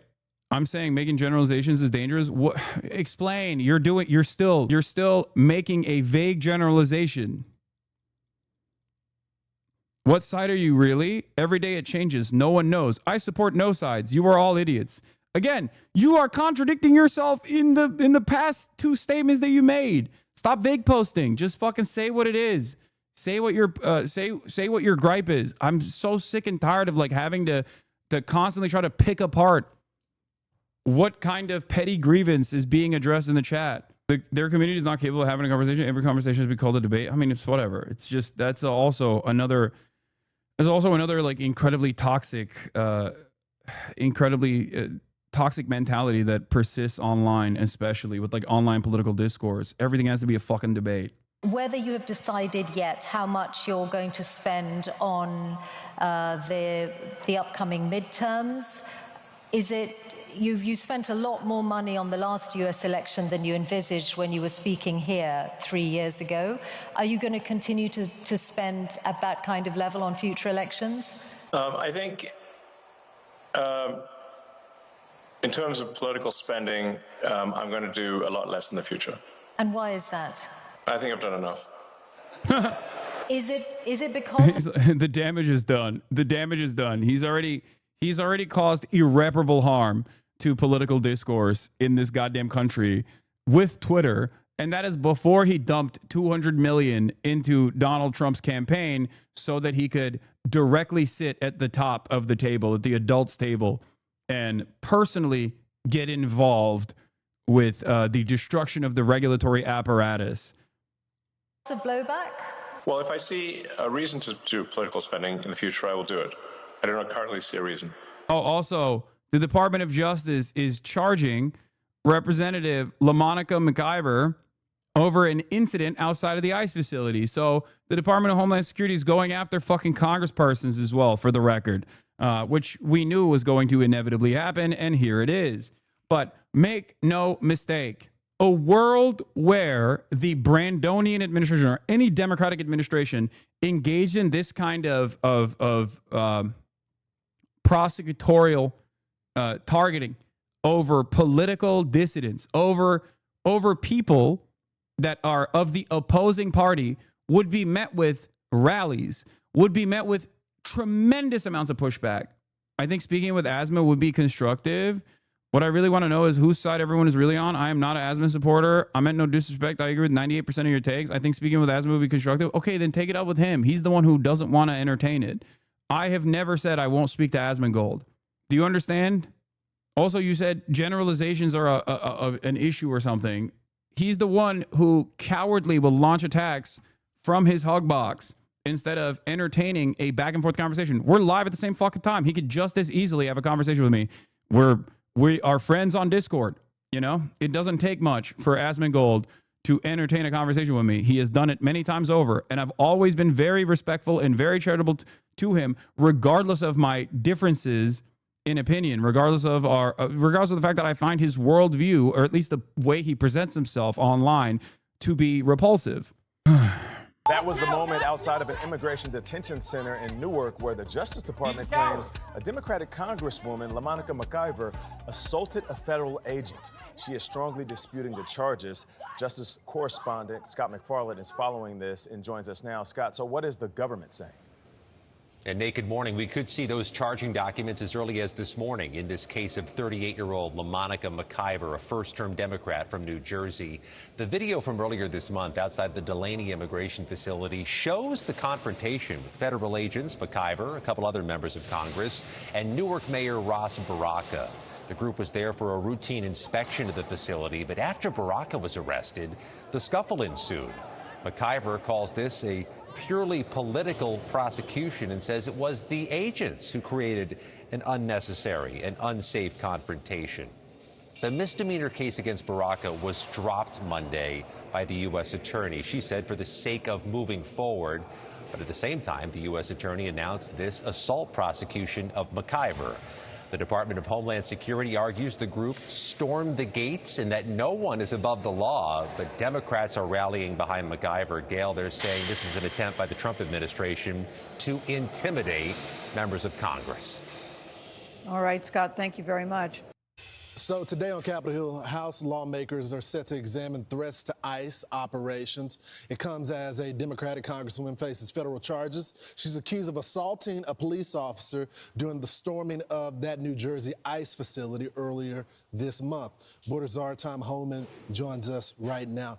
So, Tom, I said initially this was the right call. I'm glad they conducted the investigation. They didn't overcharge, but they didn't undercharge as well. What's your reaction? Well, I said from day one, you cross that line, we're going to ask for prosecution. You cannot support ICE. You know, shame on you. You can push back against President Trump's immigration agenda. Whatever. You can protest, but you cannot cross that line. You can't knowingly impede a law enforcement officer, ICE officer. It's a crime. You can't knowingly conceal and harbor an illegal alien from ICE. You cannot, commit criminal trespass at our facilities and endanger our employees. And you certainly can't put hands on an ICE agent. So, she's going to have to pay the consequences for doing what she did. She broke the law, and we're going to hold her accountable. Tom, ICE agents are gods, dude. ICE agents are gods. If they're standing in front of you and you're standing in their way, okay? If they're standing in front of you and you're standing in their way, they have every right to kill you if they want to. You know what I mean? That's just how it works. You can protest, but in a way that if your protest actually stands in front of an ICE agent, then sorry, you're going to jail, Okay, Intrepid Gamer, just like I said, the reason why his opinions are diametrically the opposite of mine is because for a lot of people who are apolitical or present themselves as apolitical or centrist, their entire worldview is motivated by what they perceiving me as an enemy. Okay, that's it. If tomorrow I was pro-Trump, some people would probably take up, anti-Trump positions because they just don't care about politics. They care about going along with drama. They care about going along with like fighting against like a perceived villain. That's it. Like if Asmongold came out and was like super fucking pro-Palestine and there were other disagreements that I had, I would continue to maintain my charitability towards him, at least on that issue, on every issue really. But like I would be honest about that. There are people who I don't like who, for good reason, there are people who I don't like. There are people who I don't agree with that for honest and decent reasons are anti-Israel. Okay. And they're pro-Palestine, more importantly. And I recognize that. Then there are people who are sinister in their perspective, who are anti-Semitic and anti-Israel and simply using the Palestinian plight as a way to cut nefarious anti-Semitic propaganda. And I don't agree with those people, and fuck those people. I openly say it. Anyway, let's continue. No, Candace Owens is in the second camp. Tucker Carlson is in the second camp. These are nationalists themselves. These are fascists themselves. They demonstrate fascist ideology. Also the activists as well. If she wanted to conduct oversight, she could have scheduled an appointment, arrived there, and they would have gladly showed her the facility just like they did for our own Rachel Campos Duffy. But she showed up with a mob and they assaulted the cops. Exactly. This is politics. This is politics over public safety, politics over common sense. I mean, that facility is one of... Out of genuine curiosity, who do you think has valid opinions on Palestine, but you nevertheless don't like / disagree with? Vosh, Glenn Greenwald, Dave Smith, half of the Republican Party that is, you know, not the Republican politicians, but at least like Republican voters that are anti-baby murder. Drake. Yeah, Vosh does not agree with me. I know. He also has like some fucking weird ass take on how he thinks that Israel is bad and wrong, but also no one should resist against Israel, especially if they're resisting against Israel, but in a Muslim fashion. Yeah, Drake was one of the first major, I was just talking about this today. Drake was one of the first major artists to sign a ceasefire in Gaza proposal, openly putting his name out there. He was one of the first major artists, super early on.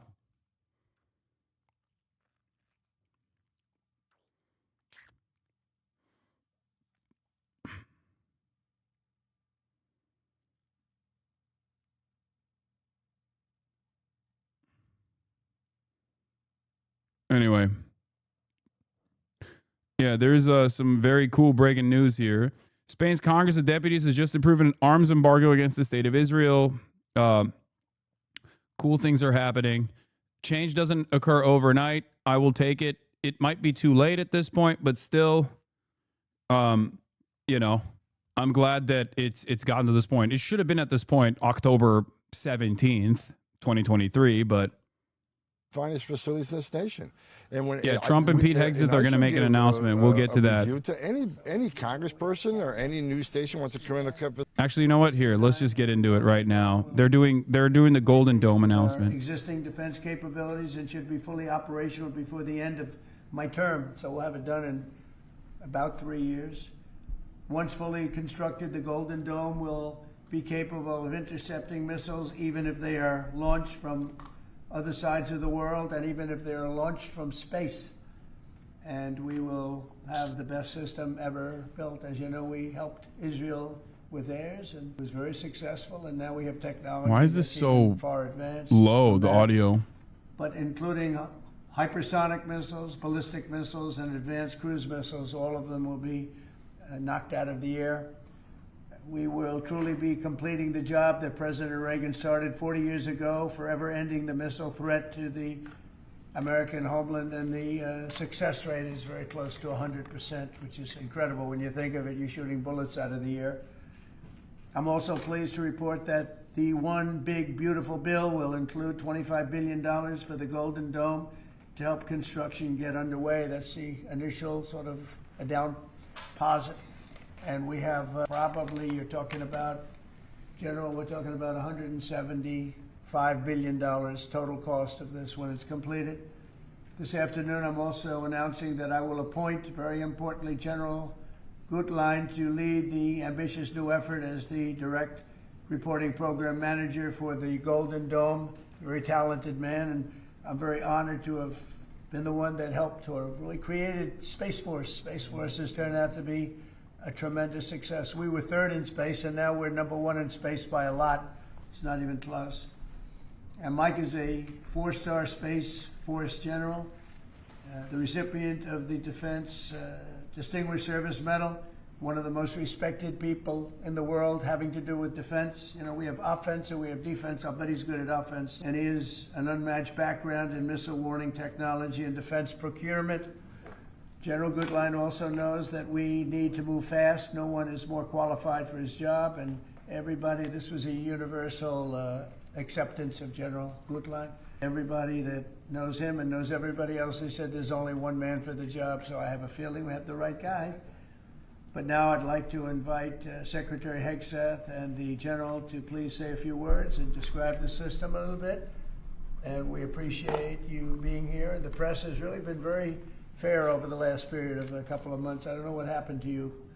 It was so much more exciting the other way. But you've been very, very fair. We have very high poll numbers, the highest we've ever had.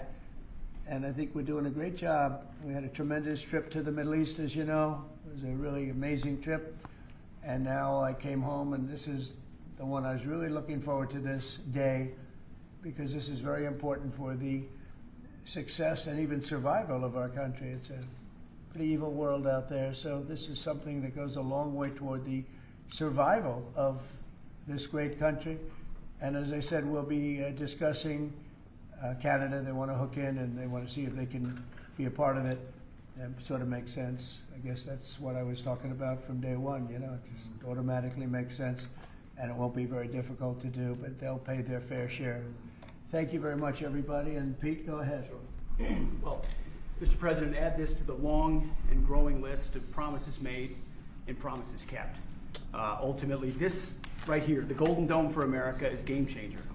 It's a generational investment in the security of America. Oh my God, is this going to also be a permanent fixture?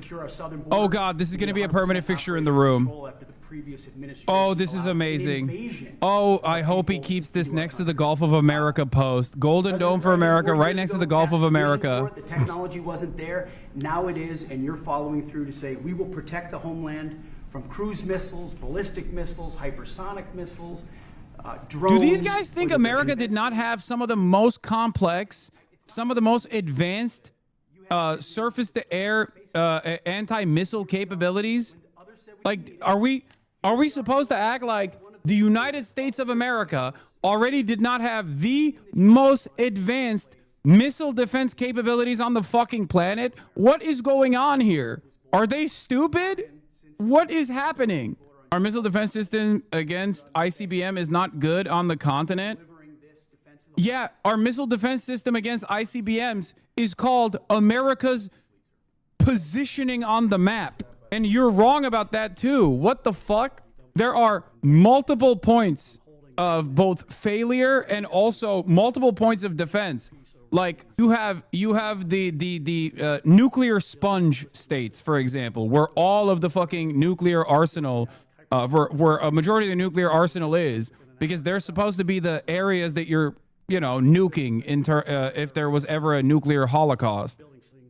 I don't know what this, what the purpose of this is. I guess like start doubling down on the protection of the homeland. Golden Dome is a bold and aggressive approach to hurry up and protect the homeland from our adversaries. We owe it to our children and our children's children to protect them and to afford them a quality of life that we have all grown up enjoying. Golden Dome will afford that. I greatly appreciate your trust in me and your nomination in me and your trust in the team to deliver this. It is a great day for America. And also, very importantly, it's we're the only ones that have this. We call it super technology. Nobody else has it. And nobody else has really near what we have. So this is a very exciting project. This is something that will, the general said, close to 100% protection. So that's something we need. I think it's a very, and everything's going to be made in the USA, by the way, very importantly. So it's something that I've been looking forward to for a long time. And I just noticed you too, Jim, you're standing there, and behind you is a very important document, Declaration of Independence. And that was in the vault for many decades under right under this area. He loves that he brought that out. He loves that he brought that out. It wasn't involved. I brought it That was out. the original Abraham Lincoln. We have a the curtain original on it. Washington, and You see, we put a curtain on it because it will be damaged by light, they say, but I still keep so the it's curtain very off. Exciting. You look over here, and above Ronald Reagan, you have Thomas Jefferson. That's Monroe from the Monroe document.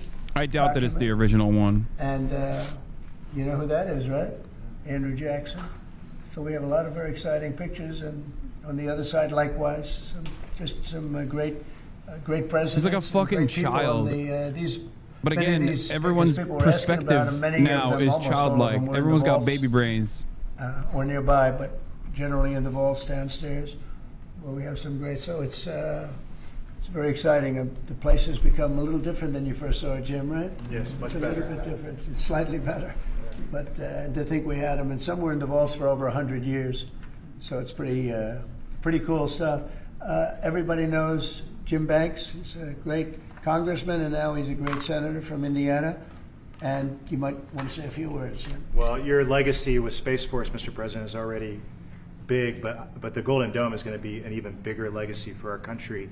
And Indiana is going to help you make it. Right. The space satellites that are made in Fort Wayne, Indiana by L3 Harris, all the work done at Crane Navy Base in southern Indiana is going to be a big part of it. And Hoosiers are very proud of that. We're proud of you. Thank you very much. You're going to be a big factor. Thank you, and good luck, and congratulations. You won that race by a lot. That wasn't even a contest, right? Well, thank you. Thanks to you and all of your support. Thank you very much. Thanks. Please go ahead. You missed that. This is Senator Kramer, and he's one of our best. Can't get any better. Go ahead. Well, you're very nice, Mr. President, and thanks for this. And I remember the day in your first term when you called it. I was a brand new baby freshman senator on the Armed Services Committee, and you said, I want to have a space force. Would you lead the effort on the Senate Armed Services Committee? And I felt so proud thinking that you chose me, only to find out later no one else would do it. But nonetheless, it worked out really, really, really well because North Dakota has some great space assets, and that contribute to that and to Golden Dome. No surprise that you would be the president that would come along and put the homeland first.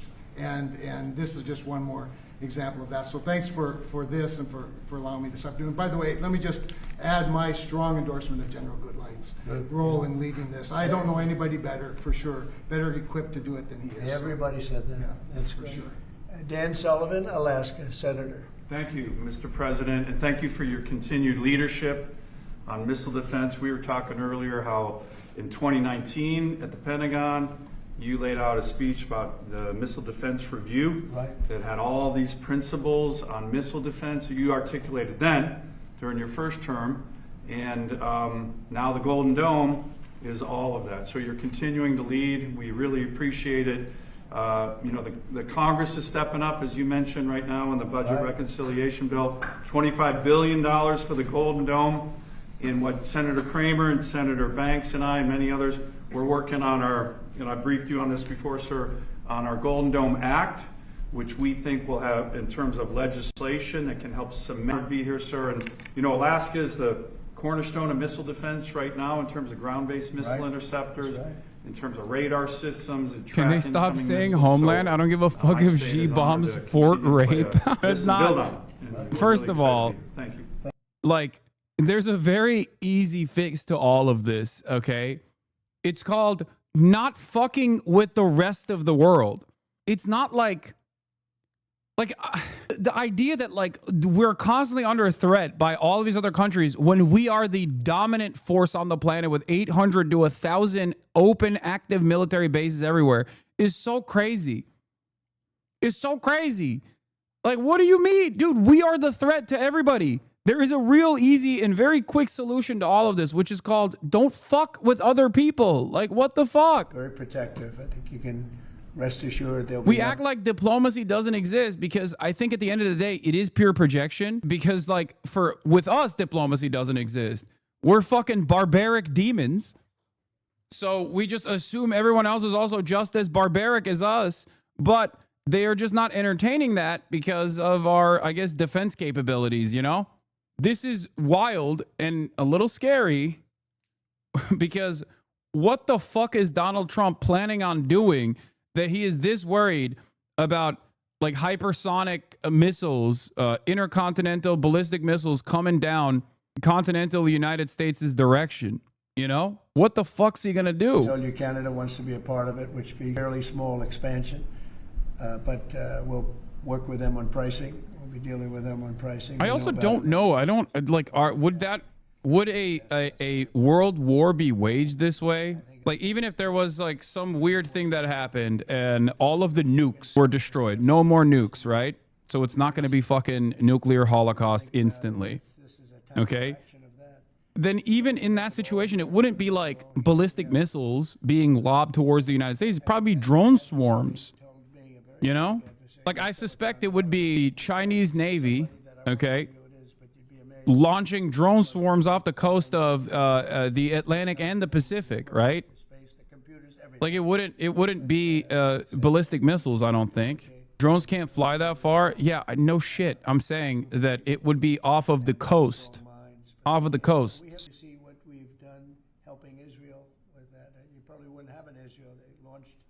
You are wrong on this. He's doing it for the right reasons, and this will help us. I will not elaborate further.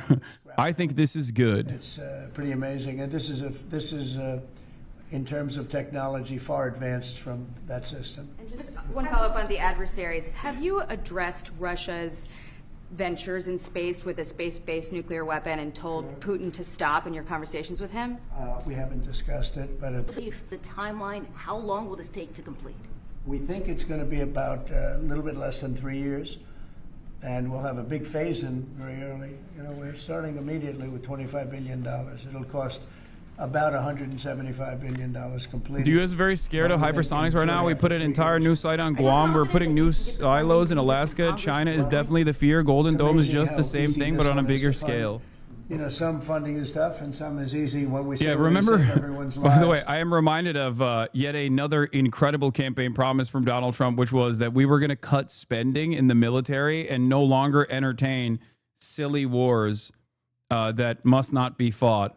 Really cool promise from Donald Trump that he is obviously following through on, you know, as you can see. A military build-up along the borders towards Finland and Norway. No, I don't worry about that at all. They're going to be very safe. Those are two countries that are going to be very safe. And the secondly, sorry if I may, Volodymyr Zelensky is saying today that he's hoping for you to impose new sanctions on Russia. Are you considering that? Well, that's going to be my determination. Here, this is what I was talking about. Yeah, this is a concept. Ace combat is real in China. China's first aerial mothership, Shuchan SS UAW, is scheduled for its maiden flight in June. It can cruise up to 15,000 meters high, carrying over 100 small drones or 1,000 kilograms of missiles with a range of 7,000 kilometers. Don't worry, China's military is peace-oriented from the start. We grow stronger to deter aggression, unlike the U.S., always attacking other nations. Okay, ironically enough, that's what the United States also said. I mean, this is not like, this is not the actual plane. This is just a fucking rendering of it, but CBMs, even without nuclear warheads, could impact so fast they'd be equal to hundreds of tons of TNT. The Bush administration looked into removing nuclear warheads from the Tridents and just let the impact do the damage. That was in Ace Combat. If America tried to make this, every drone would crash into each other. We'd go $70 billion over budget trying to implement a massive speaker system so it plays a Five-Finger Death Punch song when it deploys UCAVs, but it accidentally plays at the exact frequency that makes every bird in a 4,000-mile vicinity fly directly into the turbofans. El Hamas Pike W Israel. Embarrassing for you to openly say that W Israel. Tremendous business into this country, but you have one of the biggest in the world being built. The Honda Civics, right? The new Honda Civic made in Indiana. GM has added jobs. Eli Lilly moving pharmaceutical manufacturing from China to the United States, $27 billion. You go on and on with good news in Indiana and across the country because of the tariffs. Our country was cold as ice a year ago, and now we have the hottest country in the world. This is the hottest country in the world, nobody even close. If you look at even this last trip that I made, also, they launched numerous dummy nuke missiles, so you don't know which one is authentic. Being laughed at all over the world, and now we're the hottest country in the world by far. Dan, go ahead, please. Yes, sir, Mr. President. I think when you look at the system that you've laid out, it's an idea in your executive order of a layered defense. So you have initial ground-based missile interceptors, which are made by some of the big defense companies, Lockheed, Martin, Raytheon. But the beauty of your vision, Mr. President, is that it's layered, it's open architecture, and it goes up into space. So this is going to be some of the new defense tech companies that are very interested in it and can bring missile defense at a cost. We will missile strike grocery stores that increase the price of groceries. This is good trust. I think you don't understand what this is supposed to do. The board in terms of companies. Senator Kramer and I just met with a bunch of them last week that are interested in this. And you said it earlier, Mr. President, our technology. This is a good take. I don't think Trump is going to start World War III, but I do think he sure loves all the conditions which are prerequisites for World War III.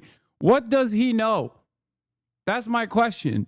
What is he gearing towards that he's like, honestly, we really got to make sure that we can withstand intercontinental ballistic missiles that could potentially strike the homeland.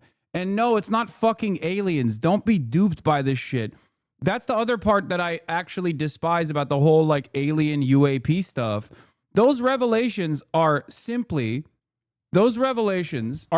done to get people on board with like the Space Force and stuff like that. I do not entertain any of the things that the government has revealed about aliens. Okay, I think it's all silly. I'm just shocked that you're just an alien non-believer. I'm not. I am not a non-believer of aliens. I'm just looking at the environment. I'm looking at our government. I'm matching the government's track record historically, and I don't think that they would be revealing this kind of stuff.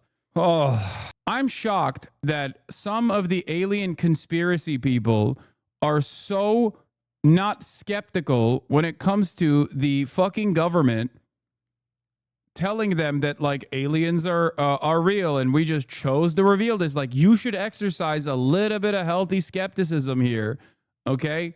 Wasn't it the initial skepticism to official government statements that made you think that aliens were real?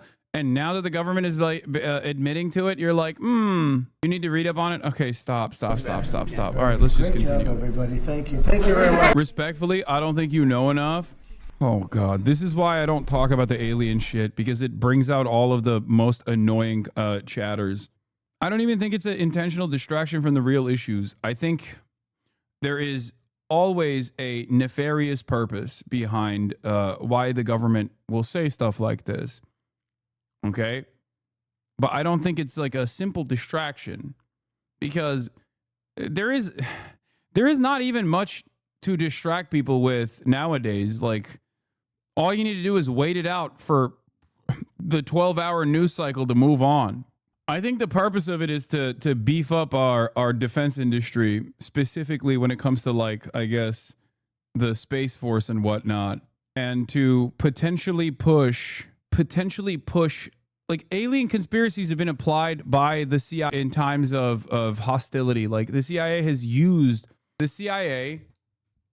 has utilized fake alien conspiracies in areas that they want to destabilize. It feels like they're just applying that same principle domestically somehow. Anyway, let's get back to this fucking alien, by the way. Speaking of aliens, I mean, Tom Homan literally is like that Man in Black character that was like, that had an alien inside of him that melts.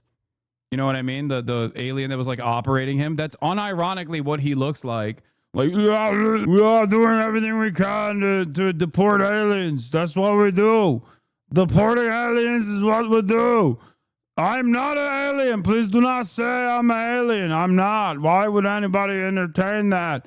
Facility, come on and look. We have the highest detention standards in the industry. That facility puts to shame any other facility in the state of New Jersey, any state or local facility. This facility puts it in shame because of the detention standards are so high. Anybody that looks at any of our facilities will say, well, that was a waste of time, because these detention facilities are actually really well built, really well maintained. Detention standards are highest in the industry. So come on and look at it. But you can't break into the facility. You can't. Why does Hassan hate everyone? That's he's so divisive. Hey, look, I'm not banned for no reason. Let's see how fast I can get it again. I mean, I'm not going to ban you. Have fun with it, chatter. Force you away in the facility. And again, you can't put hands on an ICE employee. We're not going to tolerate it. Tom, let's talk about these self-deportation flights. I think the first one arrived yesterday.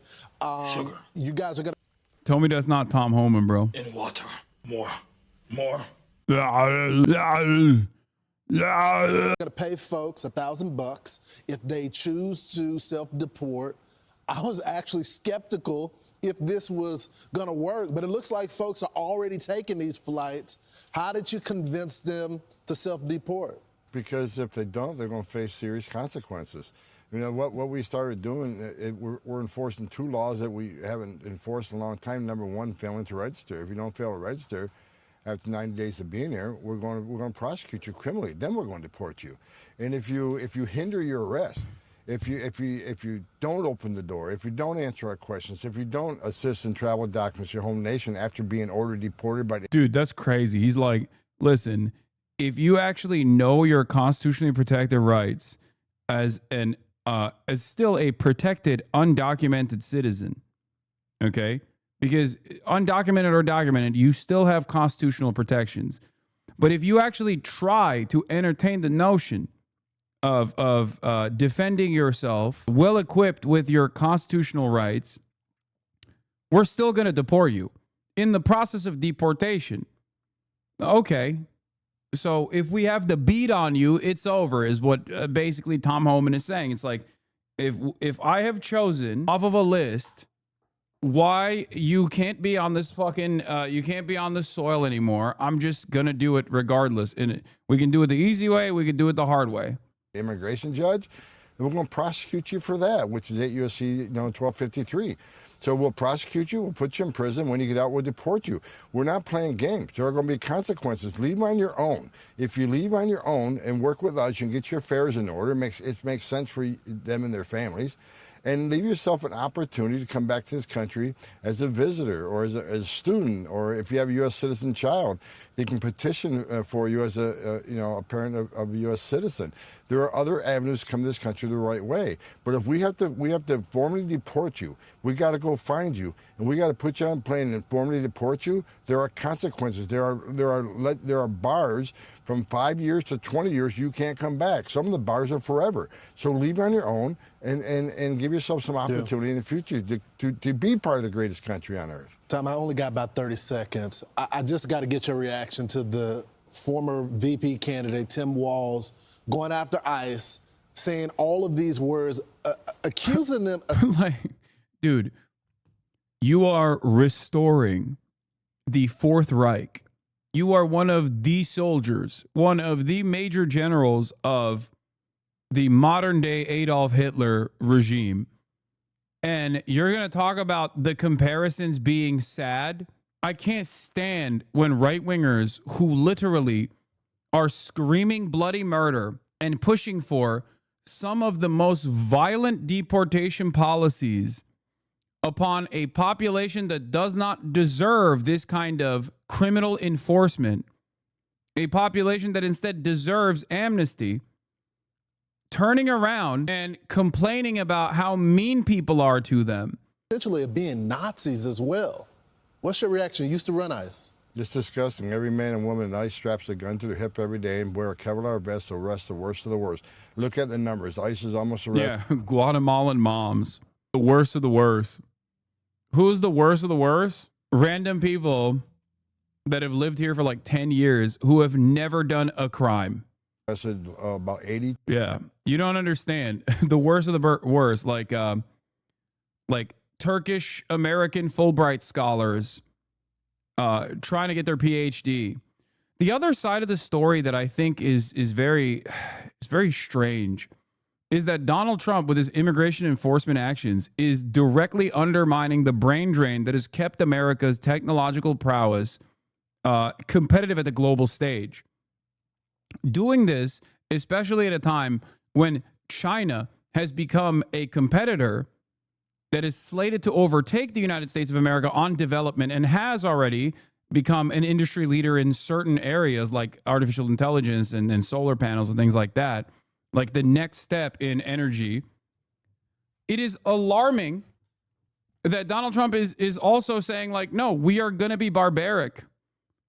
Like, we are purposely going to make ourselves dumber, going after doctors, teachers, going after people in higher education because they have not done a loyalty pledge to Israel is so strange at a time when you are looking at the global competition in research and development and recognizing that a big part of the reason why you want to fight against China is because you're worried about their domination in research and development.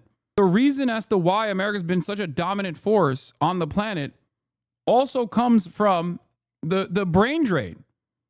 Like, that's part of the reason. The best and the brightest used to come here. They used to fly out here and get educated in American colleges.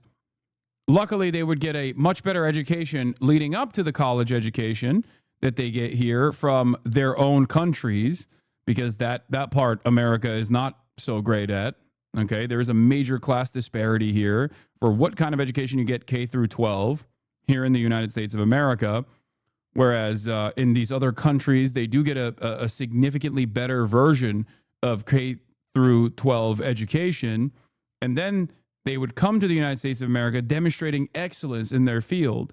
And America would benefit tremendously from their academic prowess. Now they're deporting fucking like doctors and PhD candidates and shit over parking tickets or over not saying 10 Am Israel highs every morning. 2,000 people in the United States, taking them off the streets, including his state. We've taken very dangerous people off the streets of his state, made his state safer. While he's sleeping at 3 o'clock this morning, there's ICE agents out there arresting public safety threats and national security threats in his state. You ought to be thanking ICE and not vilifying them. Great, Tom Holman. Thanks, brother. A Democrat New Jersey congresswoman now facing federal charges for allegedly misconduct or for alleged misconduct toward law enforcement during the chaotic protest outside of that ICE facility earlier this month. I mean, you see it in the video right there. Alexis McAdams is live in Newark. She was there initially when all of this broke out. Alexis, what can you tell us? Hey, good morning. Yeah, we were out there the day that the Newark mayor got arrested. Things got pretty chaotic, and it wasn't as chaotic, though, according to investigators, you guys, as a few minutes before that arrest happened, after they say Representative LaMonica McIver was pushing and shoving ICE agents. Now the congresswoman is looking at federal charges here, serious felony charges that we're told, after all this happened. Watch. Okay, so that's LaMonica McIver right there. You can see her on your screen for people watching at home saying, who is this lady? She's right there. She's shoving and elbowing an ICE agent, according to prosecutors. The video released by DHS is just one of many pieces of evidence, I'm told, that interim U.S. Attorney Alita Habba tells Fox led to several felony charges of assaulting, impeding, or interfering with law enforcement. Habba posted this on... I don't even know the exact details of this event that unfolded or like how it got to this chaotic situation. But on principle, I think trying to fucking arrest congresspersons of the opposing political party for being at a demonstration is ridiculous. It is a escalation, certainly. It's the type of escalation that Republicans actually fantasized about happening to them and their politicians under the Biden administration. This is also part of the reason why the Department of Homeland Security admitted to my detention and subsequent release, while simultaneously claiming that the lying for likes was done on what? Lying for likes was done on the basis of my targeting being political. They are worried, on the one hand, of looking as though they are targeting political dissidents. They're still worried about that, because that right there is something that the Republican base does not support either. Some do, certainly. The Asmongoldians will probably fucking say, nah, this is base, this is good, just don't do the crime if you can't do the time. All that shit. But there are plenty of Republicans who, on principle, don't appreciate having their political enemies being targeted, because they worry that that was a major concern from them for years and years and years, being targeted on the basis of their politics. Now, I'm not being hopeful when I say this. I'm not being naive when I say this. Make no mistake, there are still, of course, plenty of Republicans who are purely driven by spite and want this kind of fascist enforcement against political dissidents. They love it, and they not only entertain it, but they support it and they push for it. Okay, this is everything that they wanted. But there are a lot of normies out there. There are a lot of normies out there who will look to this, who will look to this kind of enforcement becoming more commonplace and not appreciate it. I'm telling you. Because if that wasn't the case, then ICE would not say, the Department of Homeland Security would not have released a statement saying that I was lying about my my detention happening because of my position as a political dissident. What the administration chooses to deny is just as important as what the administration chooses to omit and what the administration chooses to recognize as the truth. When you look at that statement, the very fact that they came out and denied instantly that I was targeted on the basis of my political identity, that means that they're still worried about it at this stage. They might not be tomorrow, but at this stage, they're still worried about looking like they are engaging in political posturing like this. Because if they thought that this was already popular in and of itself, I think they wouldn't even deny it. They'd be like, yeah, he's an extremist. This political dissident is not simply a political dissident. He's an extremist, and therefore that is the reason why he was targeted. This is testing the waters of political targeting in terms of how the media will react to it. Because this is a out and about, clear-cut example of the right-wing administration targeting a political dissident who is a member of the opposing party. This is the first step of entertaining legal battles and looking at what the public's reaction will be like to jailing opposition party members. Do you understand? If this goes well for them, if they see that their own base of support is demanding more of this, they will do more of it, and they will do it openly. Dems need to nonstop flood all media about Palestine to get Americans to demand cutting the cord to Israel. Until then, Democrats can fuck right off. Brother, we're talking about something entirely separate here, even though it is connected, okay? Like, even Israel in and of itself is not actually about Israel. Even the targeting that people engage with, even the targeting that people withstand on the basis of like not being sufficiently pro-Israel is actually not about Israel at all in the eyes of the Republican Party. They're just using that as a talking point to undermine the First Amendment. They're using that as a talking point and burying it under immigration enforcement because that's their most popular, up until this moment, that's their most popular mechanism of enforcement, one that is actually under the control of the executive authority. They're using that to erode constitutional protections and civil liberties. It's not going to stay just at the fake anti-Semitism smears that they slap on the people and as they actively try to criminalize people who are supposed to be protected by the First Amendment. It will move to other shit. It will inevitably move to other things. Anti-Christian bias is another area that they can start discussing. Saying that the Congresswoman violated Title 18. It all started earlier this month when 3 Democratic Congress members from New Jersey thought, hey, today looks like a good day to go to this ICE facility to do some oversight. So it was Robert Menendez Jr., LaMonica MacGyver, and Bonnie Watson Coleman. They showed up to this facility in Newark, said they wanted a tour. They waited, but DHS says they then just pushed their way past the gates of an ICE detention facility without permission, and it led to chaos. Newark Mayor Ross Baraka was actually arrested that day. Now his case has been dropped. They were only misdemeanor charges, so they wanted to go after the bigger case, we're told. Investigators tell me MacGyver blocked police from putting handcuffs on Newark Mayor Ross Baraka, so agents had to wait to arrest him for trespass outside. So that's why it happened a short time later. Despite all this video evidence, MacGyver said she didn't do anything wrong. She says the charges are purely political, saying in part it's meant to criminalize and deter oversight. This is what she said last week. Listen. We were simply there to do our job, therefore oversight visit, and what you're watching in the video, and we don't have all of the body cam, and we hope that all of the body cam is released. It was very difficult to watch that happen, but absolutely, I did not body slam anyone. And I actually talked to the Congress members out there that day, and she mentioned that Monica MacGyver rather, mentioned that she felt like she was the one who was under attack by federal agents, but that's not what the body camera video shows, according to DHS. Representative Hakeem Jeffries and other leaders of the Democratic Party aren't too happy about this. We're being told that MacGyver's got to turn herself in at some point today, so we got an eye in the courthouse. We've got crews around Newark to see when and if she shows up, so I'll keep you posted. So Alexis, didn't you also report that one of her big offenses was blocking the mayor from being cuffed? Yeah, that's right. And you mentioned earlier, I was listening to you around 6 o'clock this morning. I think it's pretty funny what they're like, yeah, this lady was body slamming our fucking Gestapo thug.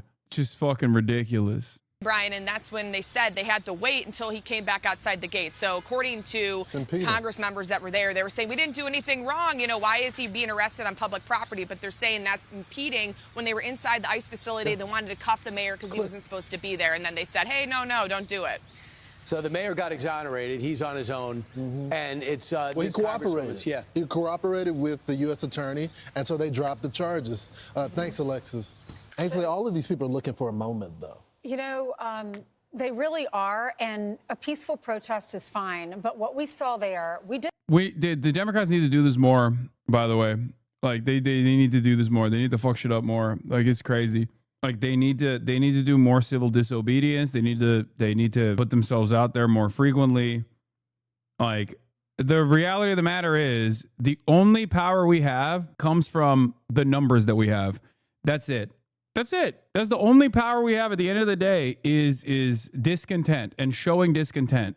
Pat Empanada radicalize you? Oh my fucking God. Look, man, I like Pat Empanada's YouTube videos, but you've been in here for 25 fucking months as a subscriber. Please. I think you've heard me say these things a million times over. Like, what is happening, dude? There is a reason why we didn't end up debating, but agreeing. It's because nothing he presented was actually something that I disagreed with. did see her with her arm. She's trying to push them. Her elbow and then her arm and pushing through the cops, doing that to them. The same thing would happen to any one of us. It's not political. If you're pushing a cop, then you're going to get arrested or you're going to have charges. There's going to be some sort of a punishment. These guys put on their vests and their badges, like Tom Homan said earlier. They risk their lives to keep our community safe, and you can't treat them that way. Here's Tom Homan. From day one, you cross that line, we're going to ask. January 6th is peaceful, tickle party. And this, on the other hand, is the most violent act of terrorism anyone's ever experienced. Secretary Noem, the White House Deputy Chief of Staff recently said that the Trump administration is actively looking at suspending habeas corpus. Last week, you were asked about this, and I want to clarify your position because it's obviously really important to get this right. So, Secretary Noem, what is habeas corpus? Well, habeas corpus is a constitutional right that the president has to be able to remove people from this country. I saw this clip this morning, and I could not comprehend how the former governor of an American state, the former governor of South Dakota, the dog killer herself, the dog annihilator, is oblivious to one of the most basic protections that the American Constitution offers. Oh my fucking God. How is this possible? It's like, it feels as though she heard someone else who doesn't understand what habeas corpus is describe like what Abe Lincoln did.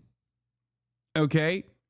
And then just picked up the pieces to be like, no, habeas corpus is when the president gets to do whatever he wants.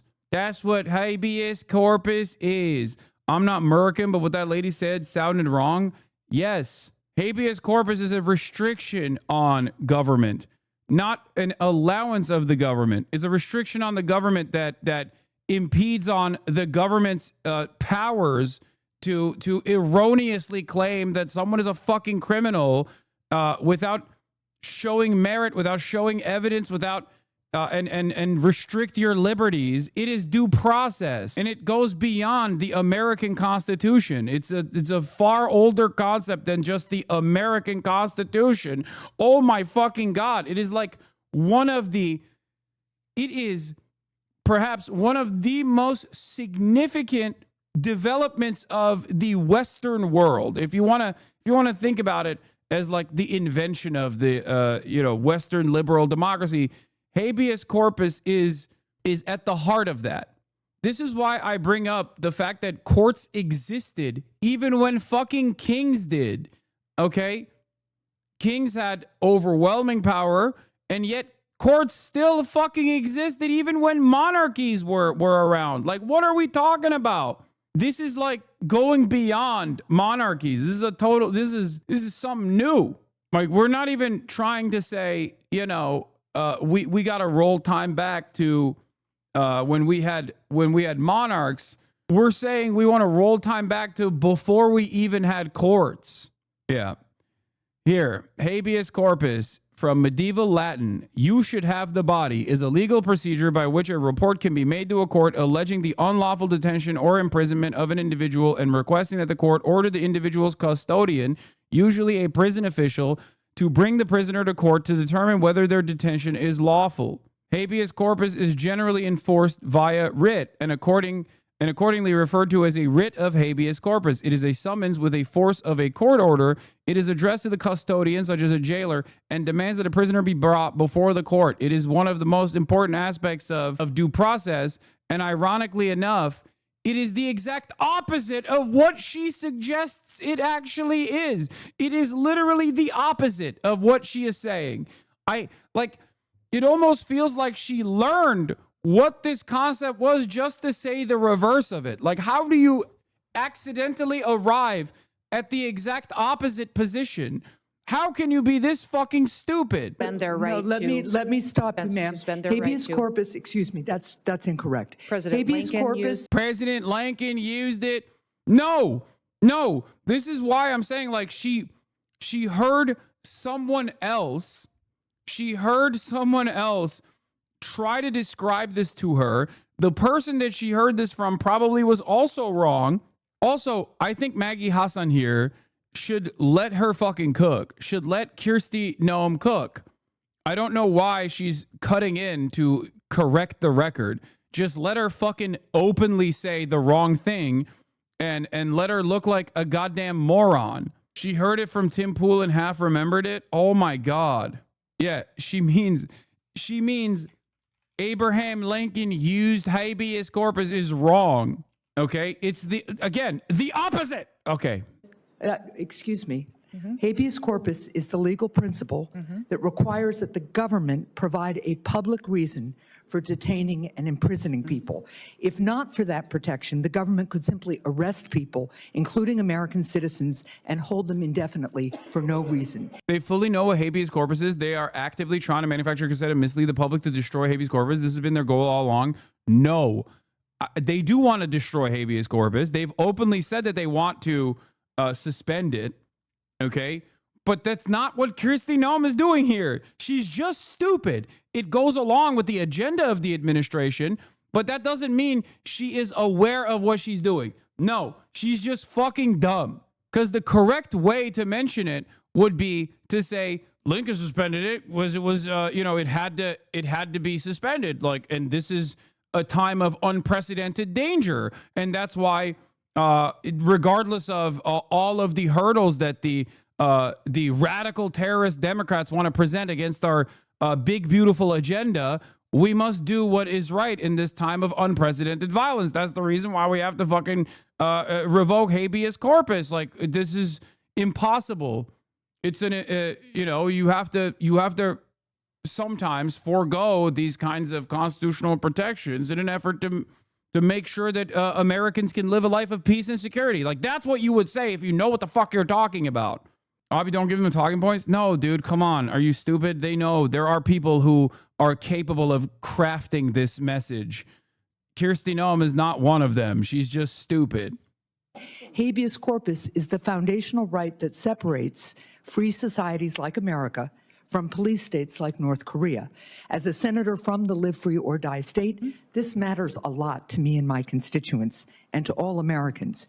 So, Secretary Noem, do you support the core protection that habeas corpus provides, that the government must provide a public reason in order to detain and imprison someone?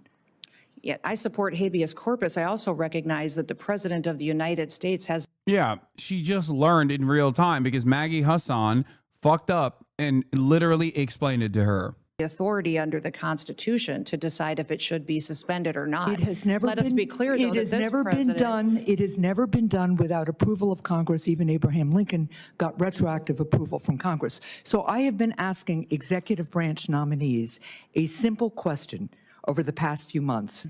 If the president orders them to break the law, I've been asking, will you follow the law or follow the order? I want to ask you a more specific question here. If the president tries to suspend habeas corpus and a federal court reverses the president's order, will you comply with the court order and uphold habeas corpus, or will you follow the president's directive? we are following all federal court orders and are complying with that, as is the president, and every decision that I make as well. That is obviously not true for anybody who reads the news. There are federal court orders right now, including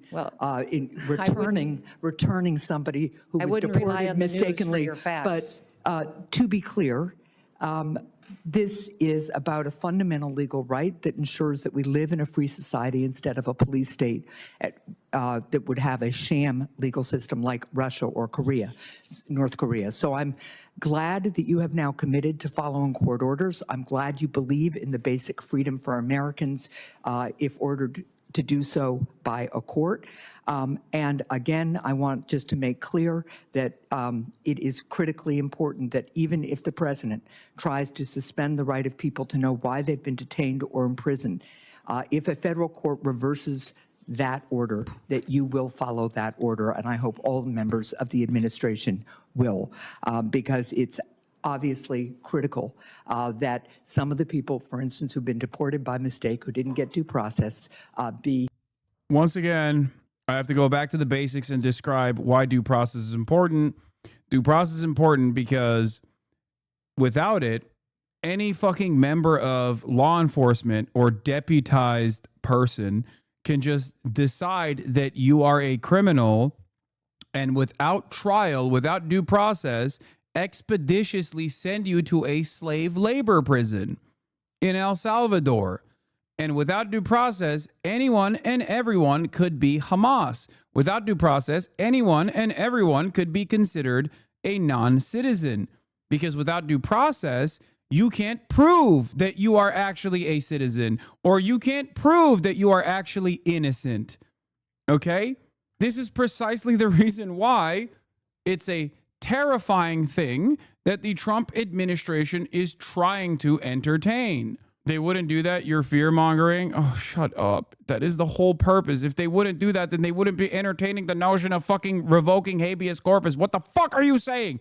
Stop. Stop trying to troll me with this dumb shit, okay? Chunky Gurga. Stop. It's not funny when you guys think you're trolling. Haha. Yeah. They're law enforcement because they're good people. I know. You got me. You trolled. I know.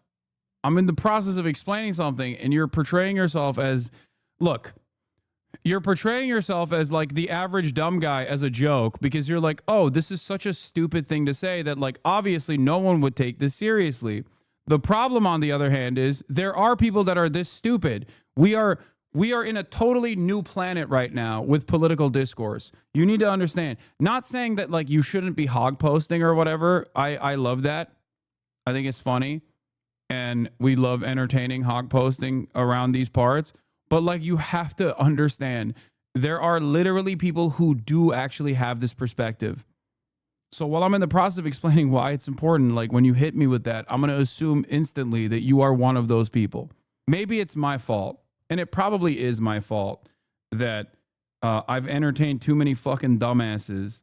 But it is alarming where political discourse is nowadays.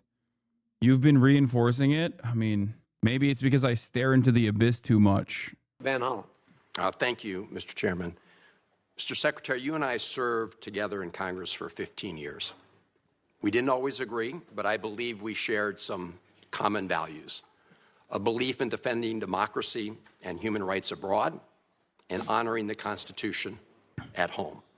That's why I voted to confirm you. I believed you would stand up for those principles.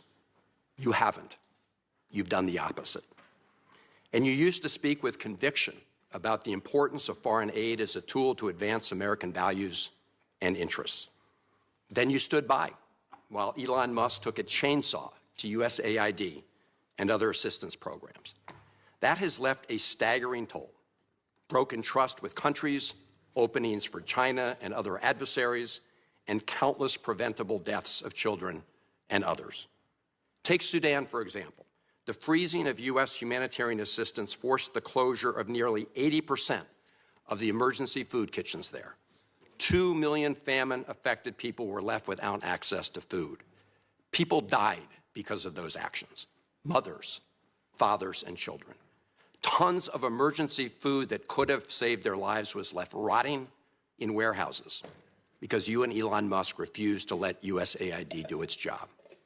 Sudan is a country where, by the administration's own determination, a genocide is unfolding in Darfur. But here's where it goes from cruel to despicable.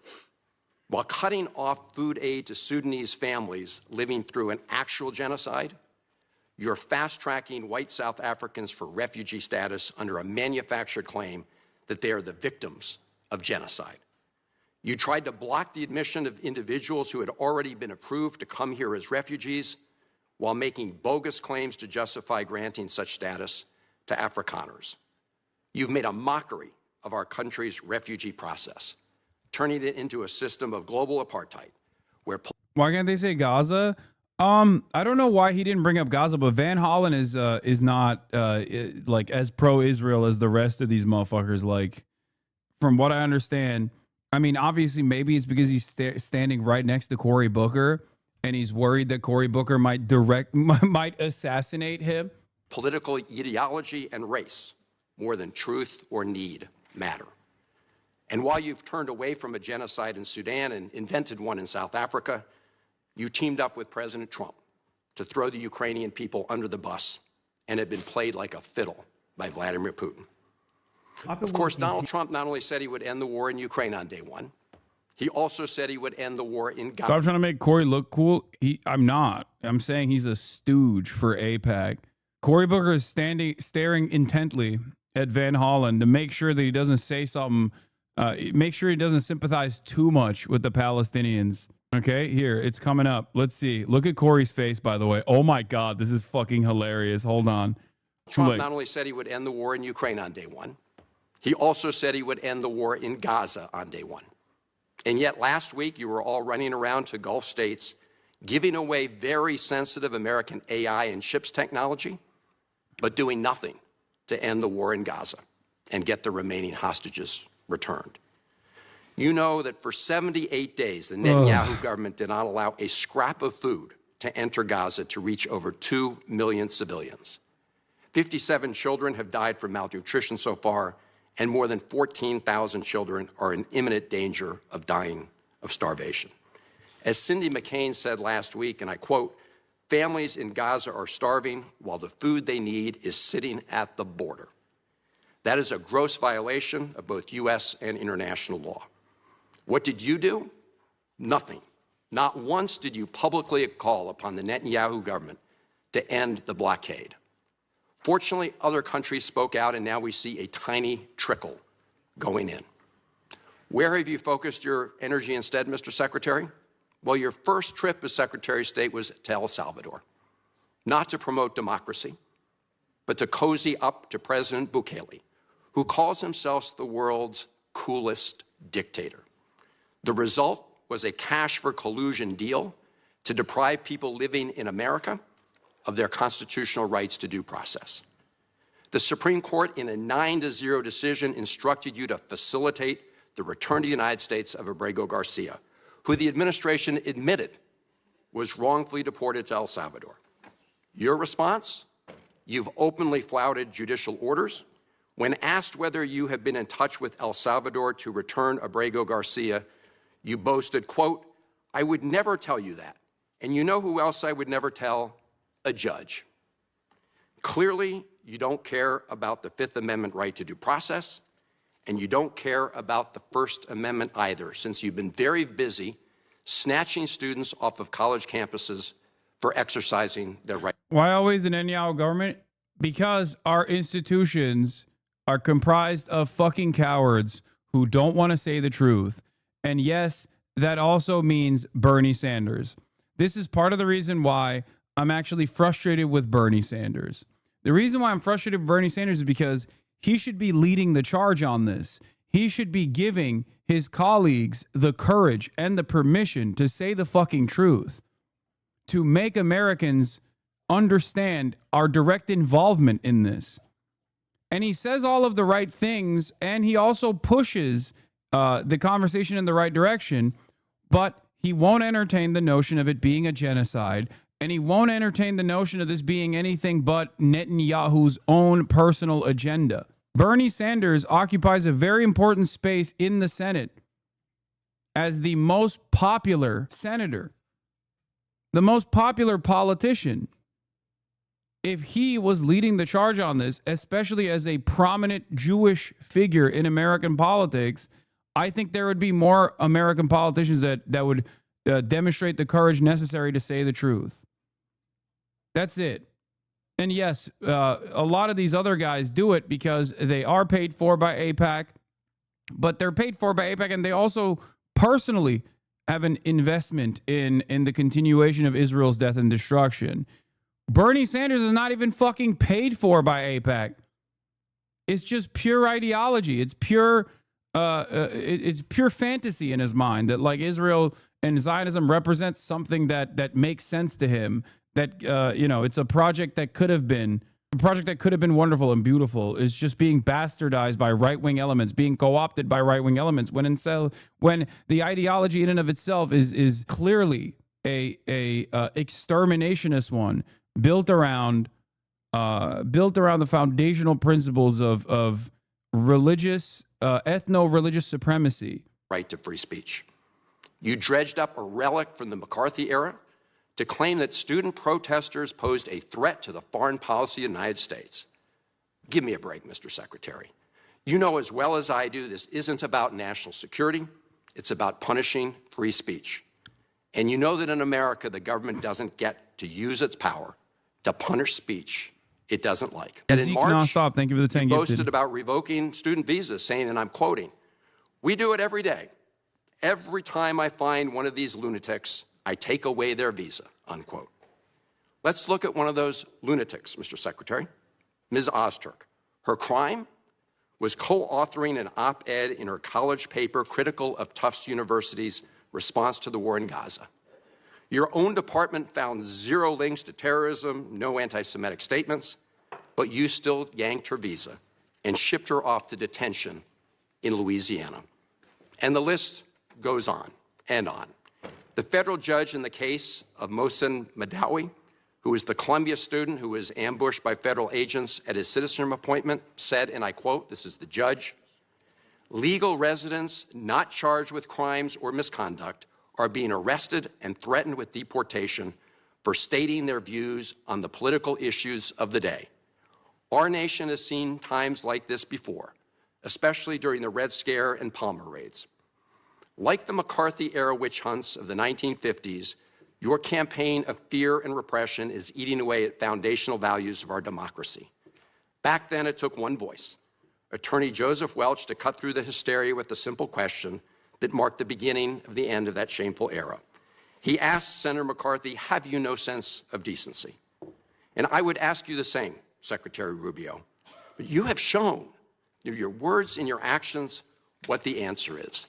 And I have to tell you directly and personally that I regret voting for you for Secretary of State. I yield back.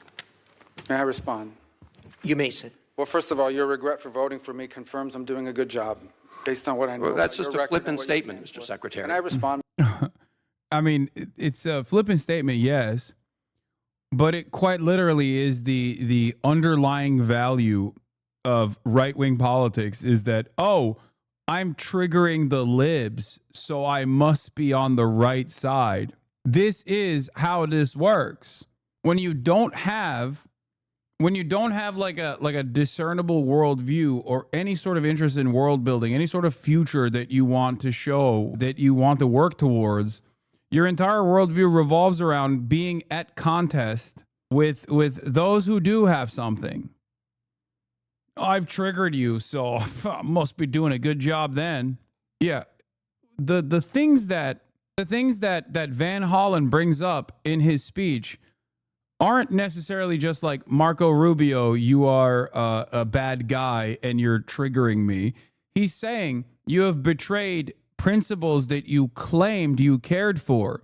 You have shown yourself to be a hollowed out human being, which, by the way, for someone like myself, obviously we already knew that. I don't fucking trust Marco Rubio. I never trusted Marco Rubio. This was expected of him, right?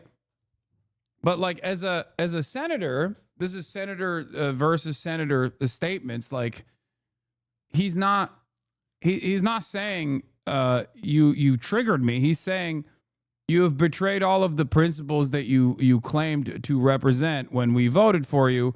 They should not have voted for him, for the record, including fucking Bernie Sanders. 99-0. Don't forget, 99-0 is how this man was appointed to Secretary of State.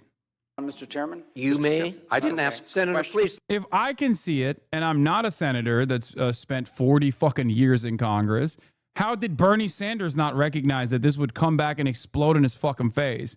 He just was like, oh yeah, he's a war hawk. He'll do the right thing. He'll push for the American agenda, and that's the best we're gonna get. Instead of some, God forbid, weird guy who might every now and then shift American foreign policy in a direction that might not favor our military-industrial complex. Like, none of it makes sense. You look indecent when you vote for a war hawk like this. You had no reason to vote for a war hawk like this. It's stupid. Let the Secretary I'd be happy to, but then I can respond to his. Your time's up, Senator, and willfully used, I might add. Your remarks do not represent the view of this committee. Well, Mr. Secretary, please. Well, I'd like to. I can't respond to everything he said because much of these are untrue, but I'll go through a few. First of all, I'm actually very proud of the work we've done with USAID. For example, I don't regret cutting $10 million for male circumcisions in Mozambique. I don't know how that makes us stronger and more prosperous as a nation. I don't regret psychosocial support services. I raised Sudan, Mr. Secretary. Can I respond? Senator, I'd ask you to suspend. You had 7 straight minutes of I chose to use my time that way, Mr. Chairman. That's my right to Please use my suspend time that way. Musique nonstop. Thank you for 25. Get the subs. Secretary Rubio. Well, I can go on. I mean, there's other things here. We spent $227,000 for Big Cat's YouTube channel from USAID. We spent $14. The fuck is Big Cat's YouTube channel? Wait, what? Dude, what the? Oh, is it Big Cat's Rescue? Is that what it is? Or is it Big Cat is a Barstool guy? No, dude, it wasn't Big Cat from Barstool that got $250,000 from USAID. Wait, is this it? No shot. This is 100 and... Oh my God. Wait, what? Ain't no way. No, this has got to be an opportunist who slapped on this after the fact. The USAID thing on the banner after the fact. No. They're trolling. They must be. Oh my God, I don't think they're trolling. They have all these PSAs in different languages. Oh my God. Big Cats, Big Opportunities, natural security, from natural security to national security. Big Cat Rescue, known for its advocacy and sanctuary for big cats, has a long-standing relationship with USAID from their website. Oh my God. Oh, what's wrong with it? What's wrong with it isn't necessarily that the federal government is spending funds on or spending resources on like wildlife preservation. What's frustrating about it is that just like everything that the fucking government spends money on, it is an entirely idiotic endeavor to waste any dollar, a singular dollar, on a fucking YouTube page with 134 subscribers, dude. What are we talking about? This is exactly... it just makes me so mad as someone who makes YouTube videos. Like, I understand the cost of making something like this, okay? It could be spent better. This is not one of those instances. This is not one of those instances where it's like, well, why is, $1 million going into R&D for cat piss? Like that grants like that are good. They advance scientific discovery. This, on the other hand, Big Cat Rescue is a different YouTube. Oh, it is? It's this? No, I don't think this is the one that's like linked back to USAID. I think it was the channel that we looked at. Yeah, it was Big Cat, Big Opportunities, chatter. It was the previous channel. No, it was. It's this. Not Big Cat Rescue. It's the other one that we looked at. It sounds stupid. I think you're falling for Rubio's narrative, big guy. I'm not. Also, $225,000 is pennies. It's nothing to the federal government. So him pointing to that is so idiotic, okay? They're not actually cutting any fucking the funds. They're not cutting funds in a meaningful fashion. Make no mistake. They are not doing that. They're just lying about it. Wait. I think I accidentally turned off my fucking... Thank you, Mr. Chair. Anyway, it's just like, it's nothing. It's pennies on the dollar. But it's just yet another instance of like classic government expenditure, silly government expenditures. Anyway, all right, we're moving on. Totally and utterly inadequate. Starmer says the world cannot allow Gaza to starve. We're going to talk about the international community's response, the new community's response. I got to pee, though, first. Mr. Speaker, with permission, I'd like to update the House on the 3 recent trade deals we've struck in the national interest. But first, Mr. Speaker, I'd like to say something about the horrific situation in Gaza, where the level of suffering, innocent children being bombed again, is utterly intolerable. Mr. Speaker, over the weekend, we coordinated a response with our allies, as set out in my statement with President Macron and Prime Minister Carney last night. And I want to put on record today that we're horrified by the escalation from Israel. We repeat our demand for a ceasefire as the only way to free the hostages. We repeat our opposition to settlements in the West Bank. And we repeat our demand to massively scale up humanitarian assistance into Gaza. The recent announcement that Israel will allow a basic quantity of food into Gaza, a basic quantity, is totally and utterly inadequate. So we must coordinate our response, because this war has gone on for far too long. We cannot allow the people of Gaza to starve, and the Foreign Secretary will come to the House shortly to set out our response. He's trying to deny the kid starver allegations, bro. He knows what his name is. He knows his name is Kid Starver. He's like, nah, I don't like that. People keep calling me Kid Starver, and I am not a child starver. Please. Yeah. Meanwhile, they have contributed to the death and destruction in Gaza aggressively. Here's Declassified UK. Breaking. The Ministry of Defense has confirmed that declassified that UK spy flights for Israel will continue.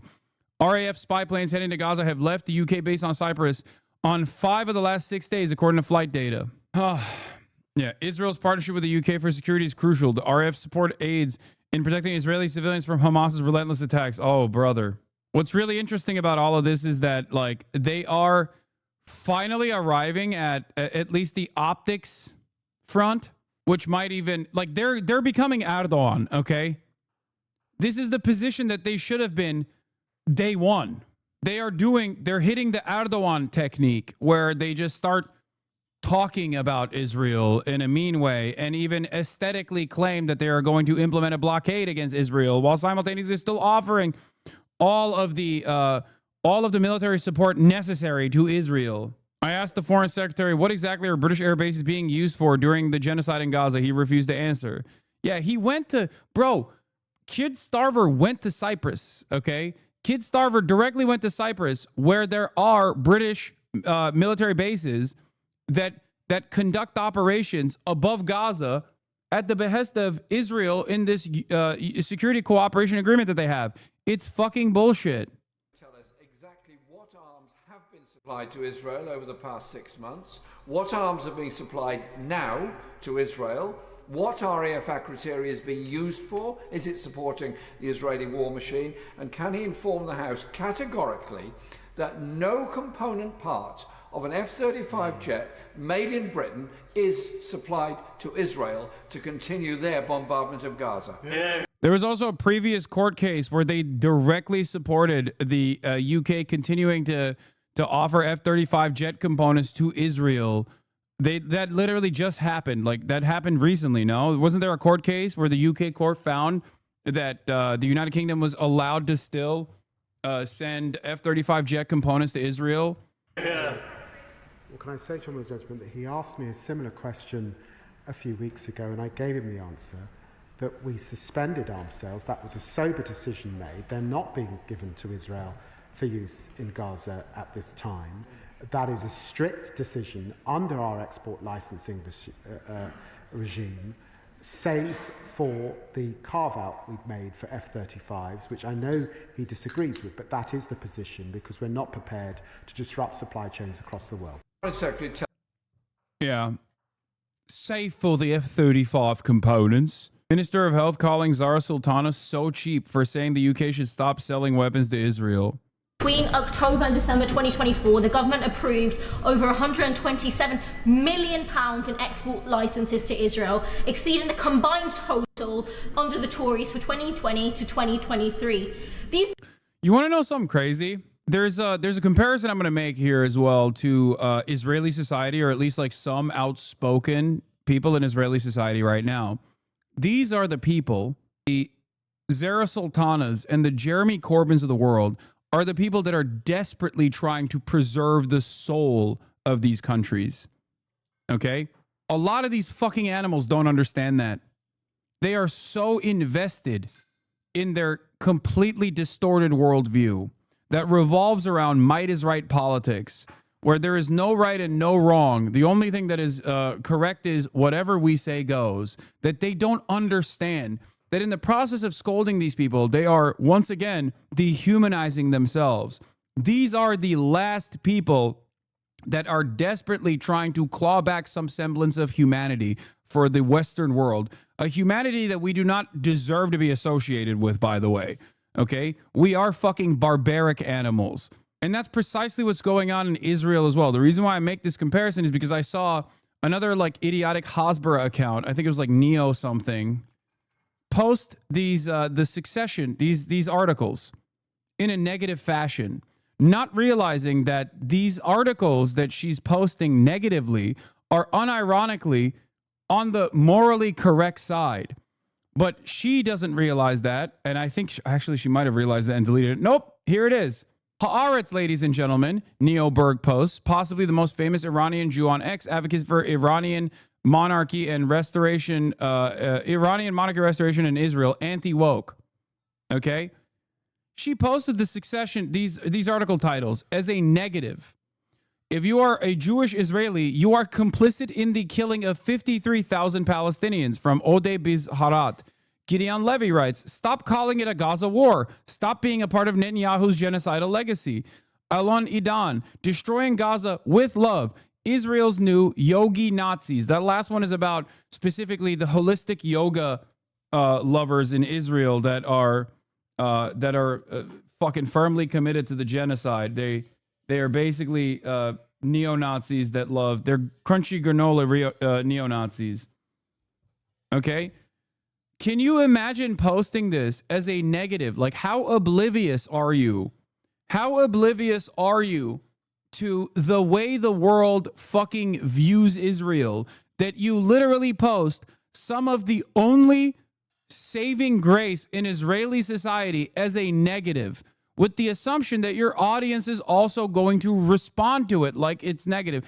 Here's Daniel Mate responding from Bad Hasbara, son of Gabor Mate, brother of Aaron Mate. One of the last flashes of redemptive honesty in your society, and you think it's contemptible. You are going to go down in history as having chosen self-destruction over the kind of insight that changes things. This, to me, demonstrates how fucking deluded you are. Okay? This, to me, demonstrates how far gone you are in your worldview, how invested you are in your worldview, where nothing at all can change your trajectory. Like, can you imagine looking at the last bastion, the last hope, the last redeemers of Israeli society in any way, shape, or form, looking at that and then turning around and being like, fuck these losers. They're a bunch of capos, the capo newspaper. Look, that's the first response. Insane. Insane. Golan, Israel becoming a pariah state, is killing children as a hobby from the times of Israel. Yair Golan, the head of the opposition Democrats, issues a scathing denunciation of the government and the war in Gaza, saying that Israel is killing children in Gaza as a hobby. There are at least liberal Zionists, okay, who fucking understand how bad this shit looks to the Western world. So they're trying to massage the narrative to basically have something redeemable. Now, I don't put the other three article writers in the same degree here, okay? I need you to understand something. This is very different than what I showed you. What I showed you earlier, the thing that she was complaining about, these guys, they have a different mindset.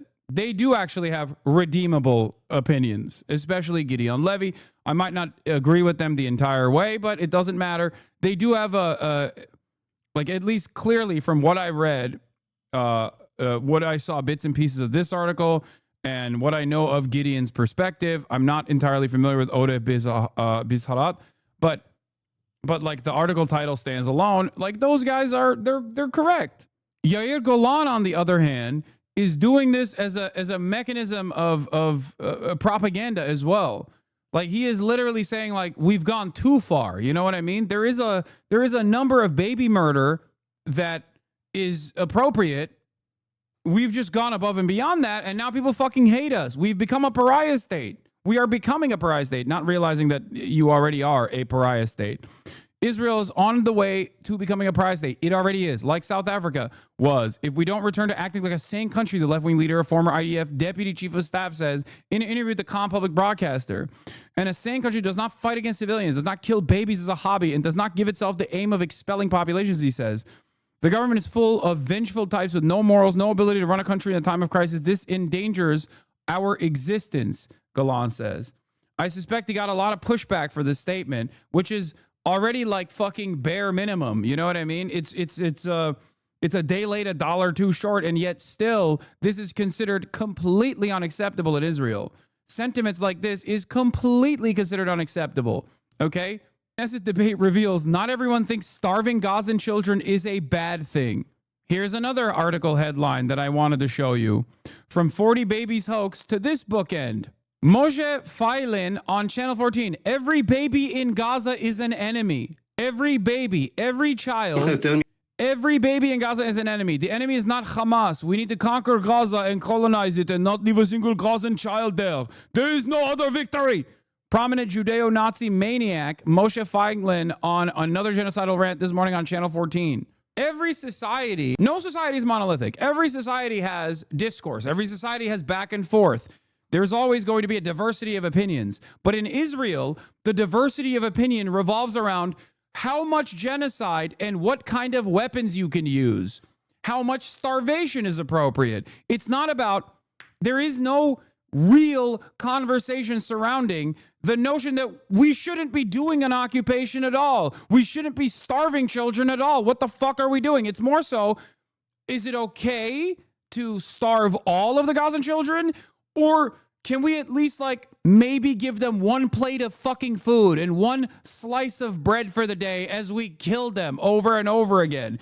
That is the real debate happening in Israel. It is completely cooked as a society. Of course it's a fucking pariah state. They've lost their goddamn minds. Israel is also terrifying because it resembles America's future if left unchecked. If people don't fucking currently wisen up to the way that the Trump administration is moving, we are going to become Israel very shortly, okay? It's already beginning, and we're ironically using Israel as a mechanism to bring Israel here. Fuck.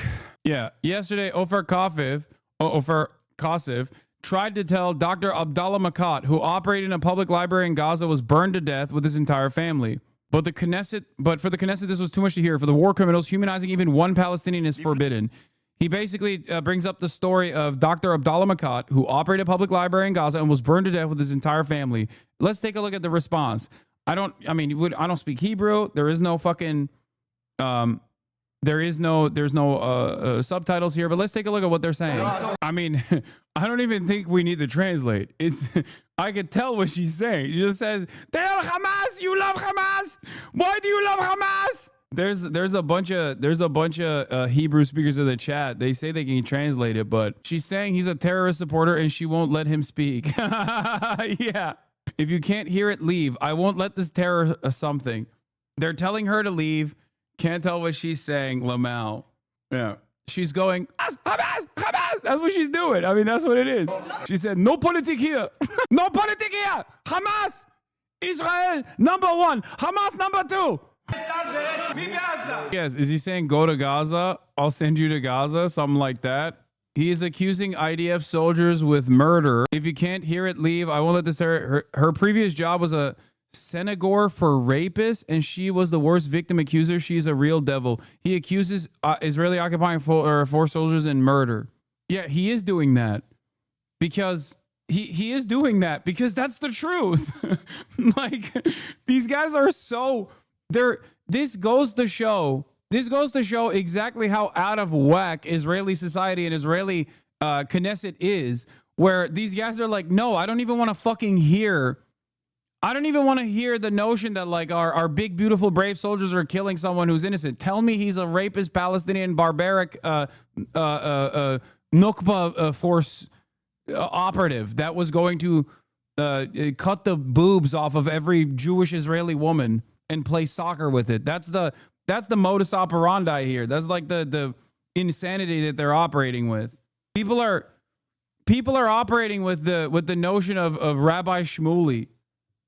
Like the paranoid fantasies of Rabbi Shmuley, basically. Okay. Here, look. If you want to hear what some other incredible takes are coming out of Israel, let's take a look. I'll tell you more than that. Every child, every baby in Gaza is an enemy. It's so funny to me, even though it's obviously gross and terrifying and horrible. All of the worst things. Like if you feel like you hate Israel, let me tell you, you don't hate Israel hard enough. Okay, there's no amount of hatred that's hard enough. Okay, I will just say that. But on the other hand, there's something really dark, but also ironic and somewhat funny about the fact that like in Israel, they openly are entertaining this stuff, right? And in America, when you say they're openly entertaining this stuff in Israel, you get branded a fucking anti-Semite. It's so weird. It's like, but they're saying it. Like, what do you mean? I'm just reporting on what they fucking said. The fuck are you talking about? What what? No, in order to be a defender of Jewish people, you have to literally close your eyes and shut off your ears and bite your tongue and not say the truth about what the fuck is going on in Israel. They've lost their fucking minds, okay? A truly and utterly depraved society. Of course they have to be truly and utterly depraved at this point. They're doing a fucking genocide for 19 months. You can't maintain a genocide for 19 months on an outgroup, okay? Without a healthy dose of dehumanization propaganda that has to set in, that has to be an incredibly important part of your identity. That's it. Like, think about how much people freaked out about that one dude in Hamas on the, I think he was like the Lebanese branch guy who was like, because of what Israel has done to us, 1 million October 7s is justified against Israel, right? He said that shortly after October 7, and everyone was like, this is genocide. This is genocidal. Okay, there's been 19 months of genocide, and every single Israeli politician at this point, with the exception of like 3, have literally been like, it's a genocide and it's good, and we need to do genocide specifically to the fucking babies. Like, they keep saying it. What do you mean? If that statement in and of itself you think is genocidal, when the dude is fucking saying, like, what Israel has done to us justifies 1 million October 7th, what the fuck are you talking about? If you think that is a genocidal statement, what the fuck do you think this is? We need a new word for it. You can't just say this. Both of those things are in the same fucking universe, you know? It's crazy. That's why I don't shy away. Like, previously, there are plenty of people in this community that would probably tell you that previously, like Jewish members of this community especially, would tell you that in the past, like 2 years ago, or even like a couple months into what Israel was doing in Gaza, if I were to compare it to the Nazis, or if I were to compare what's happening in Gaza to the Holocaust, there would be a lot of people that would be like, oh, that's a bridge too far, I think. Now, you won't hear anybody fucking respond to that in a negative fashion. Everyone will say, no, this is It's not a one-to-one comparison in terms of like the total numbers, but that is precisely what's going on. It is a mechanized death camp. It is mechanized death, just like the Holocaust was. And it's happening in an open-air prison that is now turned into an open-air death camp. Now think, why is it that the public sentiment has changed this dramatically? It's because people realize what's going on. And that's also part of the reason why, that is also part of the fucking reason why, because this, look at this dipshit. Every child, every baby in Gaza is an enemy, he says. That's the reason why the UK is at least trying to aesthetically present themselves in opposition to what Israel is doing, while still calling it a fucking war, by the way. The reason why, bro, it gets worse. Former Israeli Minister of Knesset quotes Hitler while discussing the Gaza war. As Hitler said, I can't live if one Jew is left. We can't live here if one Islamo-Nazi remains in Gaza. He has a whole segment on his Wikipedia dedicated to his Hitler statements. He has said something like this more than once. His Hitler comments are, I'm sorry, what? Feiglin has openly stated that though he is not opposed to peace, peace is not his goal and would not be on top of his agenda as prime minister. Rather, his focus on reforming Israel as an essentially Jewish state by acting on several campaigns on the religious, social, and legal and security fronts. Yeah, he said that, by the way, back in fucking, I guess he said it in, when? June 16th, 2024. This is what dude, I'm serious. I mean, like, look, people say, like, this is an edge case or whatever, right? Like, this is an edge case. It's like, chatter. It's not like what fucking Benjamin Netanyahu or other prominent members of the fucking security cabinet or the governing coalition are saying something that different. They just don't like directly say Adolf Hitler said this and it's good, but they sound like Adolf Hitler. They repeat Adolf Hitler's arguments all the time. This guy's at least fucking honest about it. You know what I mean? He's directly giving credit to the man who originated the quote. That's it. That's the only difference. So like the idea that these are like random edge cases is so fucking stupid. Okay. There is a link to Hitler comments of this guy. Oh my God. In an article in Haaretz, Yossi Sarid quoted Feiglin in context of demonstrations against the Oslo Accords as saying, Hitler was an unparalleled military genius. Nazism promoted Germany from a low to a fantastic physical and ideological status. The ragged, trashy youth body turned into a neat and orderly pact of society, and Germany received an exemplary regime, a proper justice system, and public order. Hitler savored good music. He would paint. This was no bunch of thugs. They merely used thugs and homosexuals. Feiglin clarified his position to the Ma'ariv newspaper that just because he considers Hitler a military genius, this does not mean he admires him.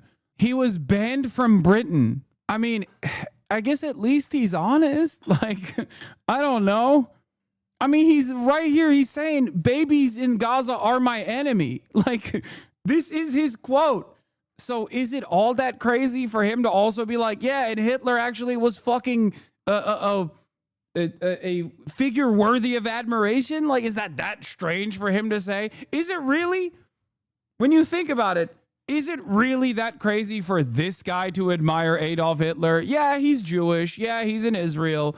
Yeah, his immediate family members most likely were fucking executed by Adolf Hitler in the Holocaust. So you're like, how do you live in this situation? Like, how do you live with yourself is of course something that you can think about, but it's like after a steady dose of dehumanizing propaganda where you dehumanize yourself, it's understandable where he's just kind of looking at it and being like, fascism is fucking awesome. Is he an elected official? Yes. Some of the wonderful perspectives that you hear in the diverse body that is the Knesset in Israel. But to be fair, like I stated, oh, he's not anymore? He almost was? Wait, I thought he was a part of Likud initially. Was he not a part of the Knesset when he was in Likud? He was from Likud. I don't think he is any longer. He's a former minister of the Knesset, but he was in the Knesset. And now he's the head of the Zehud party, the identity party, which is like the libertarian one, right? Which is really funny. Yes, the libertarian party. I love the libertarian party being like, as a libertarian, Adolf Hitler is a figure worthy of much admiration. Yeah, I saw in the Wikipedia, it said he was a part of the Likud in the Knesset from 2013 to 2015 and then swapped over to the Libertarian Party. Are people actually this knowingly fascist? Like they recognize how fascist they are? Dog. One of the parties in the governing coalition that has members in the war cabinet is literally called the Jewish Power Party. Okay, you know how like they have white power party? Like imagine it's called the Jewish Power Party. It's like half of, Otzma Yehudit. It is, no they don't? Yes they do. What the fuck are you talking about? No they don't. That is literally the name of Itamar Ben-Gvir's party. What the fuck are you talking about? No they don't. What is happening here? Why are you denying reality? That is one Google search away where you were like, it's so objectionable. This must not be true. No, they don't. Like, what the fuck do you mean? No, they don't. Just Google it. What did he say? What the fuck did he say? What did he say? I missed his response. Liberals being Nazis, but they still in the closet? What? Okay, I can't have a conversation with that person. He's too stupid. Anyway. Yeah, Google is Hamas, brother. Anyway, but they left the coalition for like a few months. As you can tell, they really changed a lot, and now they're back. Of course, and better than ever. Oh, yeah, Israelis literally admit they're fascists in New York Times interviews. Like, this happened not that long ago. A New York Times interview with a West Bank settler, she proudly admits that she is a fascist. Like, what are we talking about? Yes, I can admit that there's something fascist about what we are doing. There's something, I can admit there's something fascist about me. I'm not hiding it. I don't believe there's any other way. Your uncensored lack of political correctness definitely shocked me. No, it's not an old ass video. This is after October 7th. I think she went down there to fucking interview some of these goddamn settlers. They're fucking freaks. You misunderstood. He was in disbelief. He's saying Israeli libs are Nazis in the closet. Yes, because Zionism is Nazism. Okay? Zionism, especially in this modern iteration of Zionism, is impossible to contend with as anything but Nazi ideology. That's it. You can fantasize about a different kind of Zionism, but like if motherfucking Albert Einstein recognized that that version of Zionism did not exist in 1948, how the fuck are you 77 years later still fantasizing about it? Like Albert Einstein was like, yeah, no, this is some fascist bullshit. We got to stop, okay? Either you have a perfectly peaceful binational commitment to fucking living alongside the indigenous population, or you're a fucking Nazi. And now when you say that in 2025, people go, oh, what do you mean? Well, I can't believe you're saying that. And I'm not saying that because like Albert Einstein is like brilliant or whatever the fuck, okay? I'm not. I'm just showing you that a guy who was there when Nazi Germany was happening very quickly as a Jewish man recognized what the fuck was going on in before 1948. He was like, nope, this is done. We're done with this. This is crazy. Okay. I'm not saying Einstein is dumb either. I'm just saying that like, it doesn't even require someone to be particularly fucking brilliant to be cognizant of what was taking place.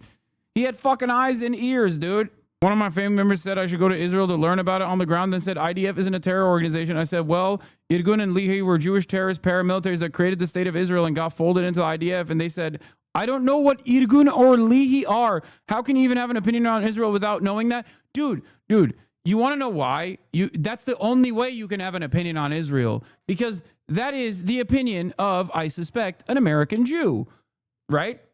A person that may have like gone to Israel once or twice, a person that has probably gone to Israel once or twice that is just like utterly unknowledgeable about the fucking history of this nation state that they want to defend. Because the best possible way for a Westerner who's far removed from living in Israeli society to defend Israel is with a healthy diet of propaganda and certainly a lot of lack of knowledge. If you don't have those gaps in your knowledge of the history of Israel, you are going to have a very hard time with the contradictions that unfold in front of your eyes. This is the reality. This is why so many people who do learn about the true history of Israel go, okay, fuck this. I'm out. It's easy, especially for an American Jew or a Westerner, to fucking say that because you don't have that same association. You didn't grow up there. Why the fuck would you care? Yeah, you're like, okay, that's just some psychotic shit happening over there. That's nothing to do with me. What the fuck? I don't give a fuck. Anyway, truly just a fucking repulsive Nazi society at this point. And they are, as I showed you yesterday, like, Benny Gantz I have smoke for separately. He also says some fucking dumbass shit. Yesterday was flexing. He was flexing at a fucking press conference being like, we are literally committed to the ethnic cleansing of every Gazan and the world has yet to stop us. That's what he said. Okay? He said that. I just Googled Einstein on Zionism and it says he was positive about it. Are these lies? Einstein very openly declared the version of Zionism that every Jewish person, especially Jews that were around during the Holocaust, had a very positive, understandably, very positive association with Zionism initially. Okay? Einstein also was one of those Jews. Of course. Ironically enough, I talk about this on my Oxford speech, which I'm gonna get to in a second.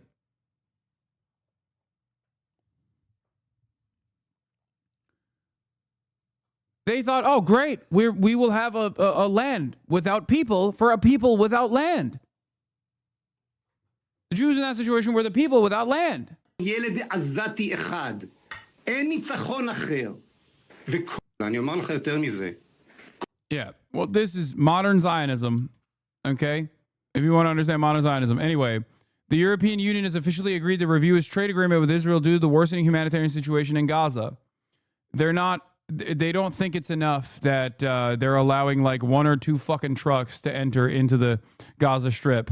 And they are finally deciding to posture aesthetically against, the events that are unfolding, against the genocide, without calling it a genocide. This is the first step. It might be far too late at this point.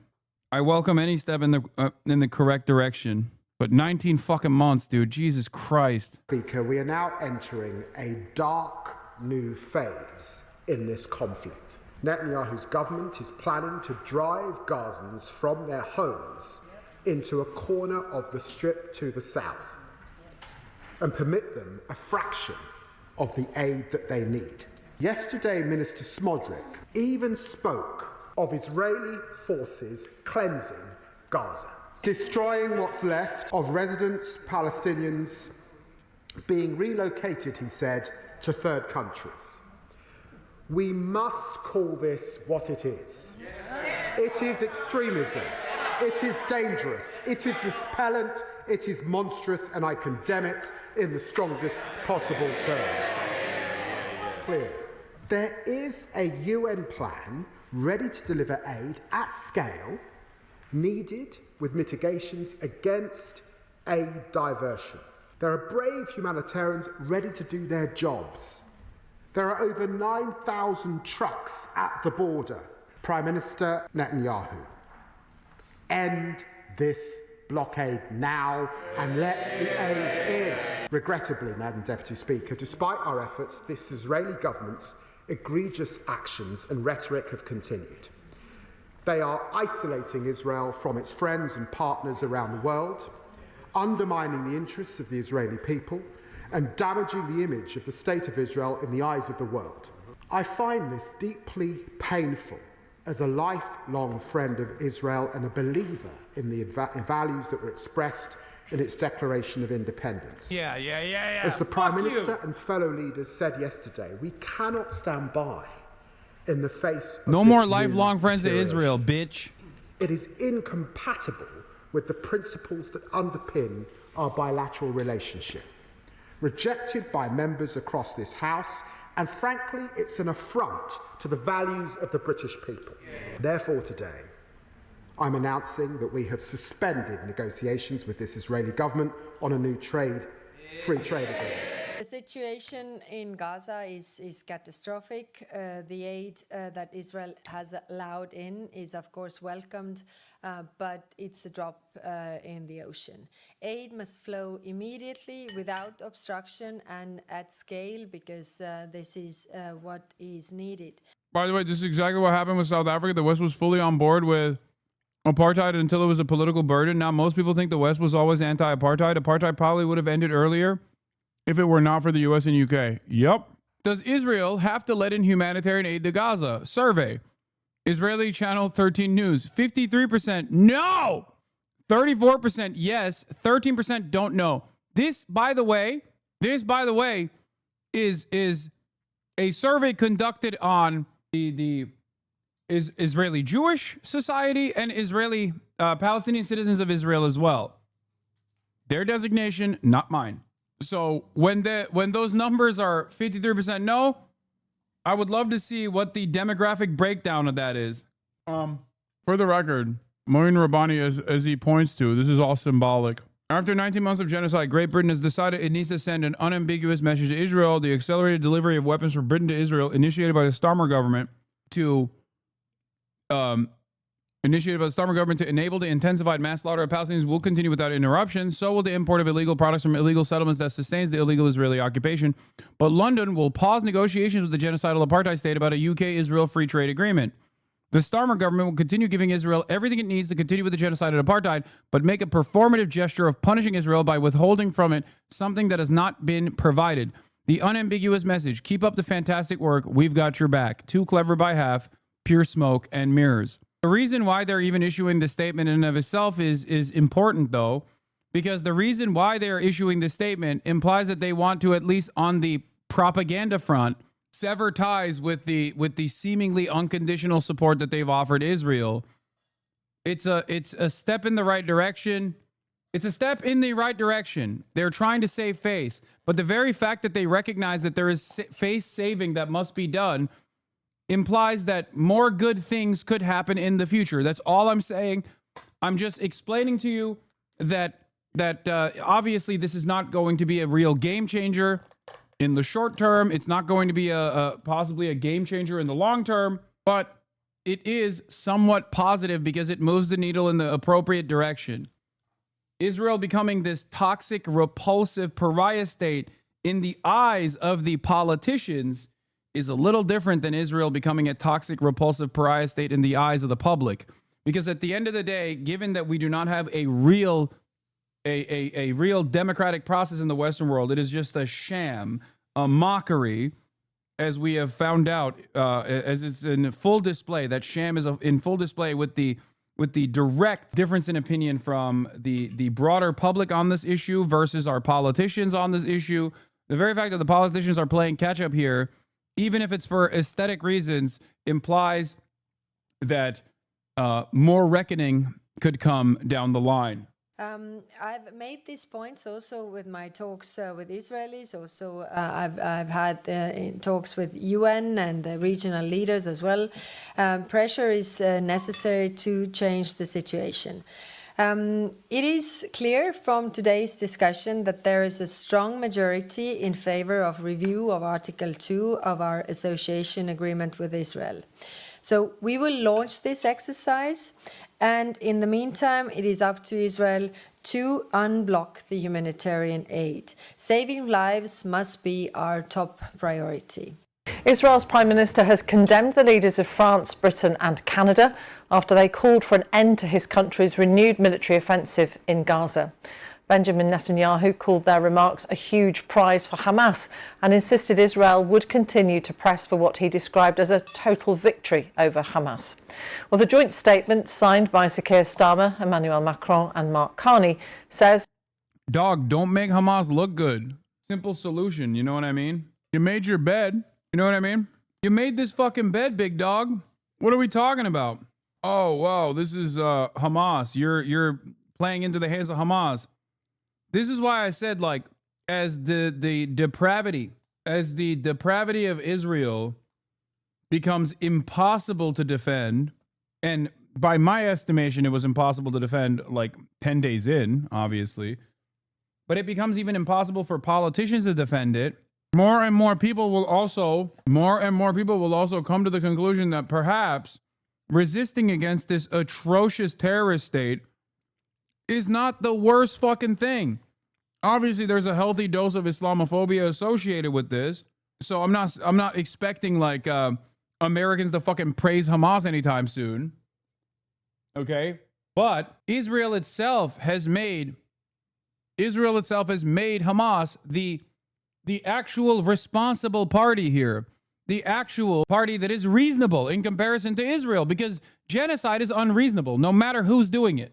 It's that simple. While they have always supported Israel's right to defend Israelis against terrorism, the current escalation is wholly disproportionate. And it warns if Israel does not cease the renewed military offensive and lift its restrictions on humanitarian aid, we will take further concrete actions in response. Well, Israel eased its complete blockade of the territory on Monday and let in a handful of aid trucks, but the UN says far more supplies are needed. The bombardment of Gaza has continued overnight with reports of deadly airstrikes. This comes not long after the UN's humanitarian chief has called the first delivery of aid into Gaza for 11 weeks a drop in the ocean. We'll speak to our diplomatic correspondent Paul Adams in a moment, but first let's hear from Yolande Knell in Jerusalem. Yolande, first those comments then from the UK, Canada and France and the reaction from Israel. Talk us through what's been happening. Well, we've had the Israeli Prime Minister condemning that joint statement, saying it's a huge prize for Hamas and that it will invite further atrocities of the kind that was perpetrated on the 7th of October 2023, the deadly attack on southern Israel that killed some 1,200 people.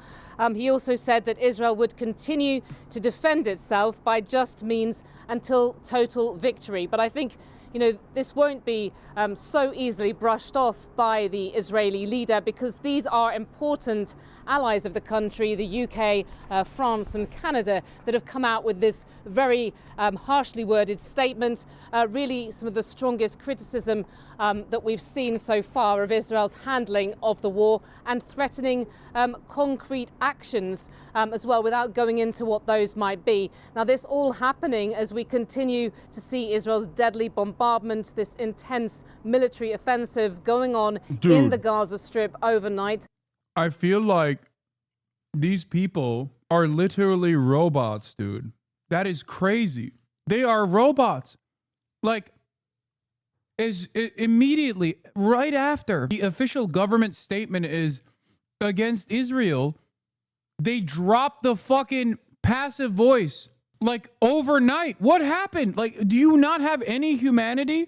I don't understand how they can just, like, yesterday say Israel has a right to defend itself, and then tomorrow, as soon as the government offers permission, just like you didn't spend the last 19 months of genocide constantly fucking broadcasting the most defensible position for Israel, as though you didn't do that at all. You just turn around and go, Israel has been doing incredible bombing campaigns in Gaza. That is crazy. That is fucking insane. Actually crazy. This goes to show how important words are, how important using certain terms are. Because if Keir Starmer, the kid starver, was calling it a fucking genocide, the BBC would too. Straight up. The Hamas-run civil defense is saying that at least 44 people have been killed, most of those within the space of about half an hour, we understand from local sources, when there were Israeli strikes that hit a school being used as a shelter for displaced people in Gaza City. In the southern part of the Gaza Strip, there was a fuel station that's disused, being used as a tent city for displaced people that was hit, a residential building of 3 stories as well. And, still we're waiting to see what aid goes into Gaza in the course of the day. Lots of safety and logistical issues given the ongoing Israeli military offensive. But now that Israel has eased this blockade, it's been a total blockade of the Gaza Strip for 11 weeks now, with no food, no medicines, no fuel, no shelters going into Gaza. There's really a dire humanitarian situation.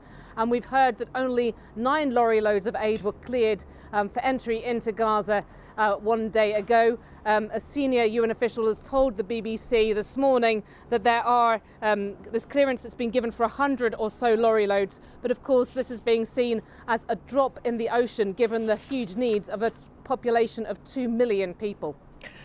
Yolande, for the moment, thank you very much. Yolande now in Jerusalem. As we said, we'll speak to Paul Adams in just a moment. But Yolande was referring there to the aid situation in Gaza. Well, the UN's Humanitarian Relief Chief, Tom Fletcher, a former British diplomat, has been speaking to the BBC in the last hour, saying just 5 aid trucks were cleared to enter after Israel's blockade was lifted, but are stuck on the border.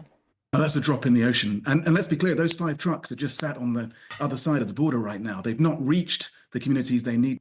Bro, this has been ongoing. It's interesting. Perhaps some people will ask, wait a minute, did this happen overnight? I'm confused because it sure feels like it happened overnight. The way you changed up, the way you changed your tone. Not Tom Fletcher. I'm just saying, like the way the BBC changed its tone is crazy. Like, is this, it must have happened just last night, right? Because otherwise, why would the BBC not cover all of the preceding events, that must have been quite similar to this starvation campaign?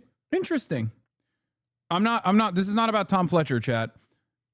The reason why I'm saying this is because I still value the permission structure that opens up when brave people tell the fucking truth.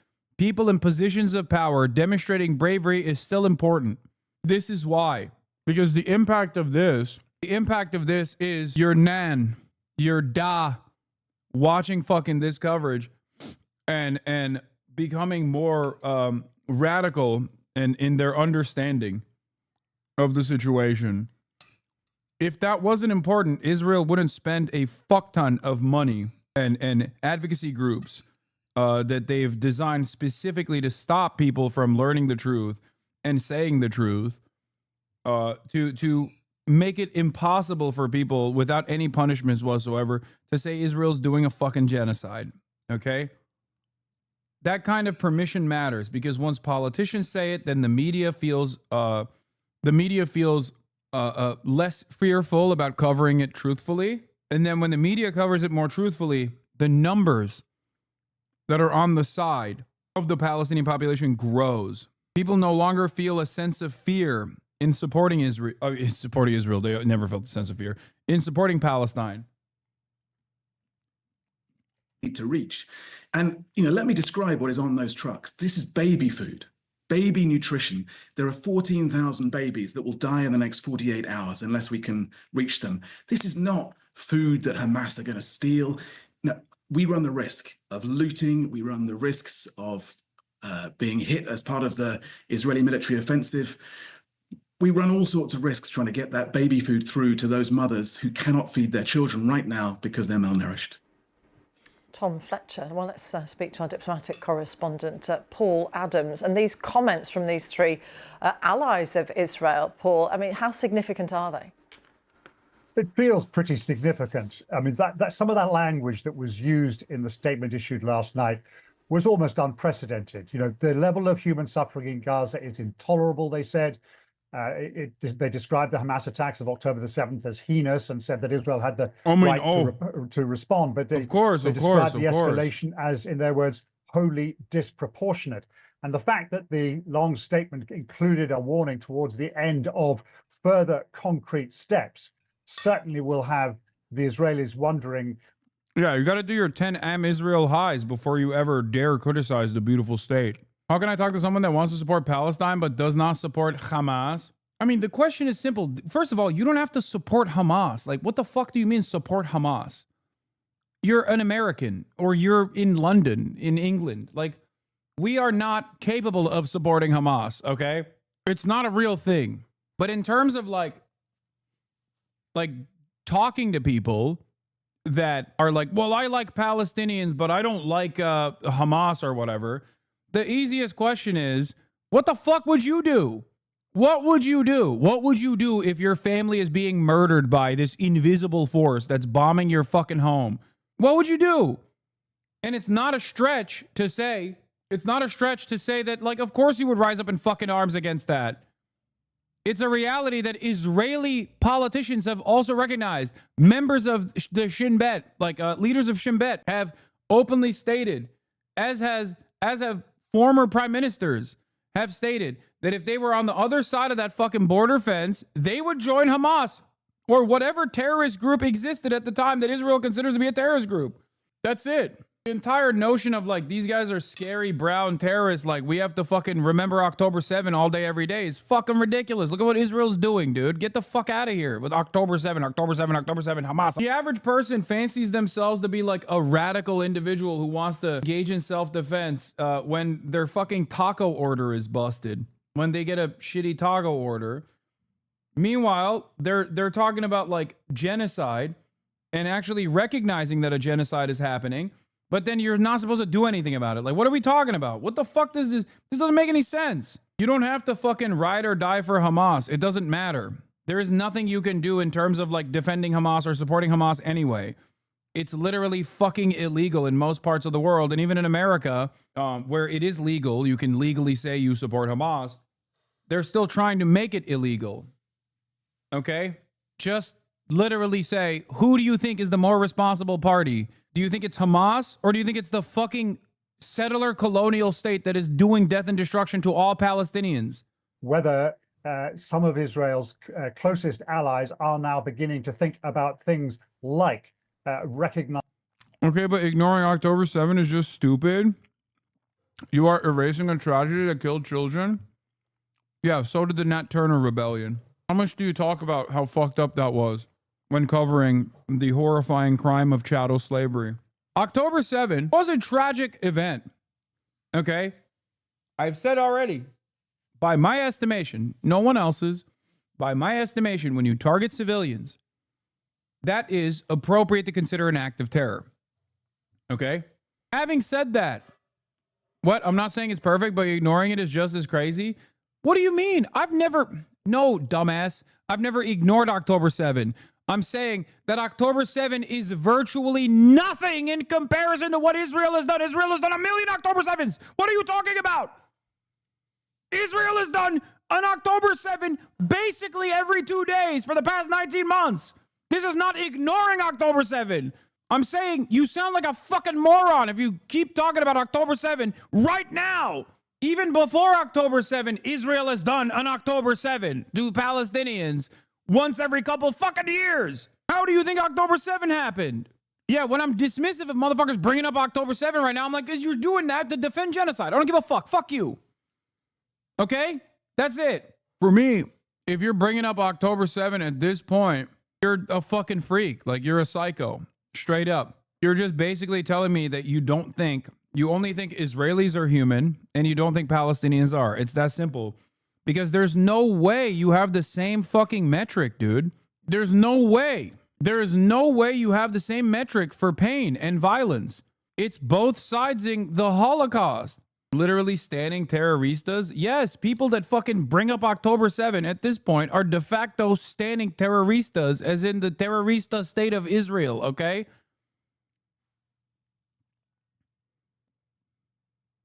Yeah, it's like mentioning 9/11 in comparison to millions of people killed in the Middle East. Fucking ridiculous. What is this? I can't. The link is busted. Recognizing the state of Palestine, something that the French have indicated they might do at a conference in New York next month. Possibly reconsidering arms sale. Britain has already had a partial suspension of licenses since late last year. Possibly revisiting the kind of trade deals that countries have with Israel. There are many, many measures that would be available if countries decided that a red line has finally been crossed and that it is time not just to issue harsh words of condemnation, but to actually show Israel through action that enough is enough.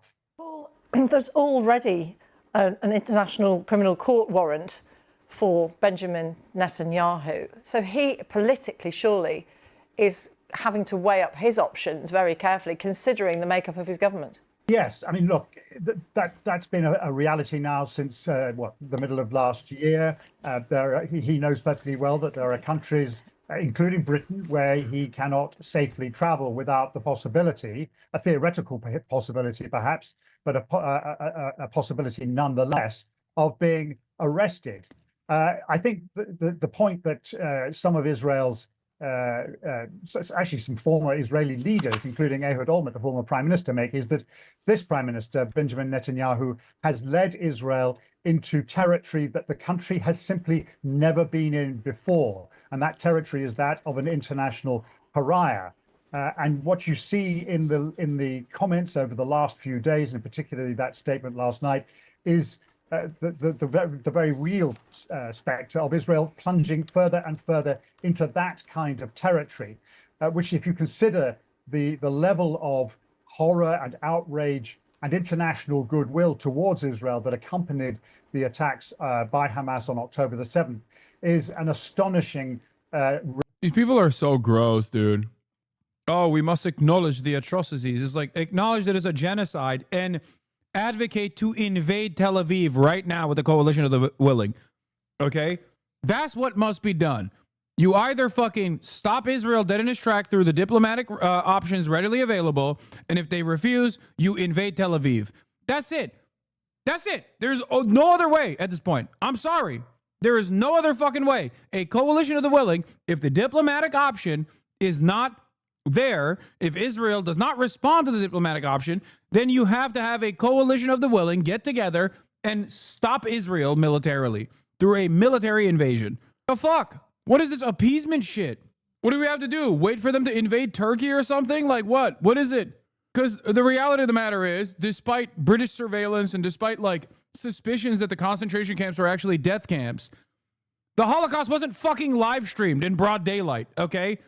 This is precisely the reason why the Allied forces only got into the battle to fight against Nazi Germany because they were acquiring territory, okay? It was not like a lot of people obviously and understandably think about the Holocaust as the most insane thing that took place, the most violent thing that took place, because it's true. That is the most violent thing that took place during World War II. Having said that, people didn't fucking know that it was going on, or at least had no scope of understanding of what was taking place at the time. They only fucking went to war because Germany was belligerent and was fucking invading every other goddamn country. That's the reason why the Western force actually fucking invaded. Now we know what is going on. We see it. It's like having a live stream camera inside of the fucking gas chamber. Basically every day, babies that are fucking decapitated. Every day there is another toddler whose head has been blown off by a fucking missile. How do you look at that and say we have to we can't put an end to this? October 7, October 7, October 7. What the fuck do you mean October 7? Jesus Christ. Damn, this guy's good.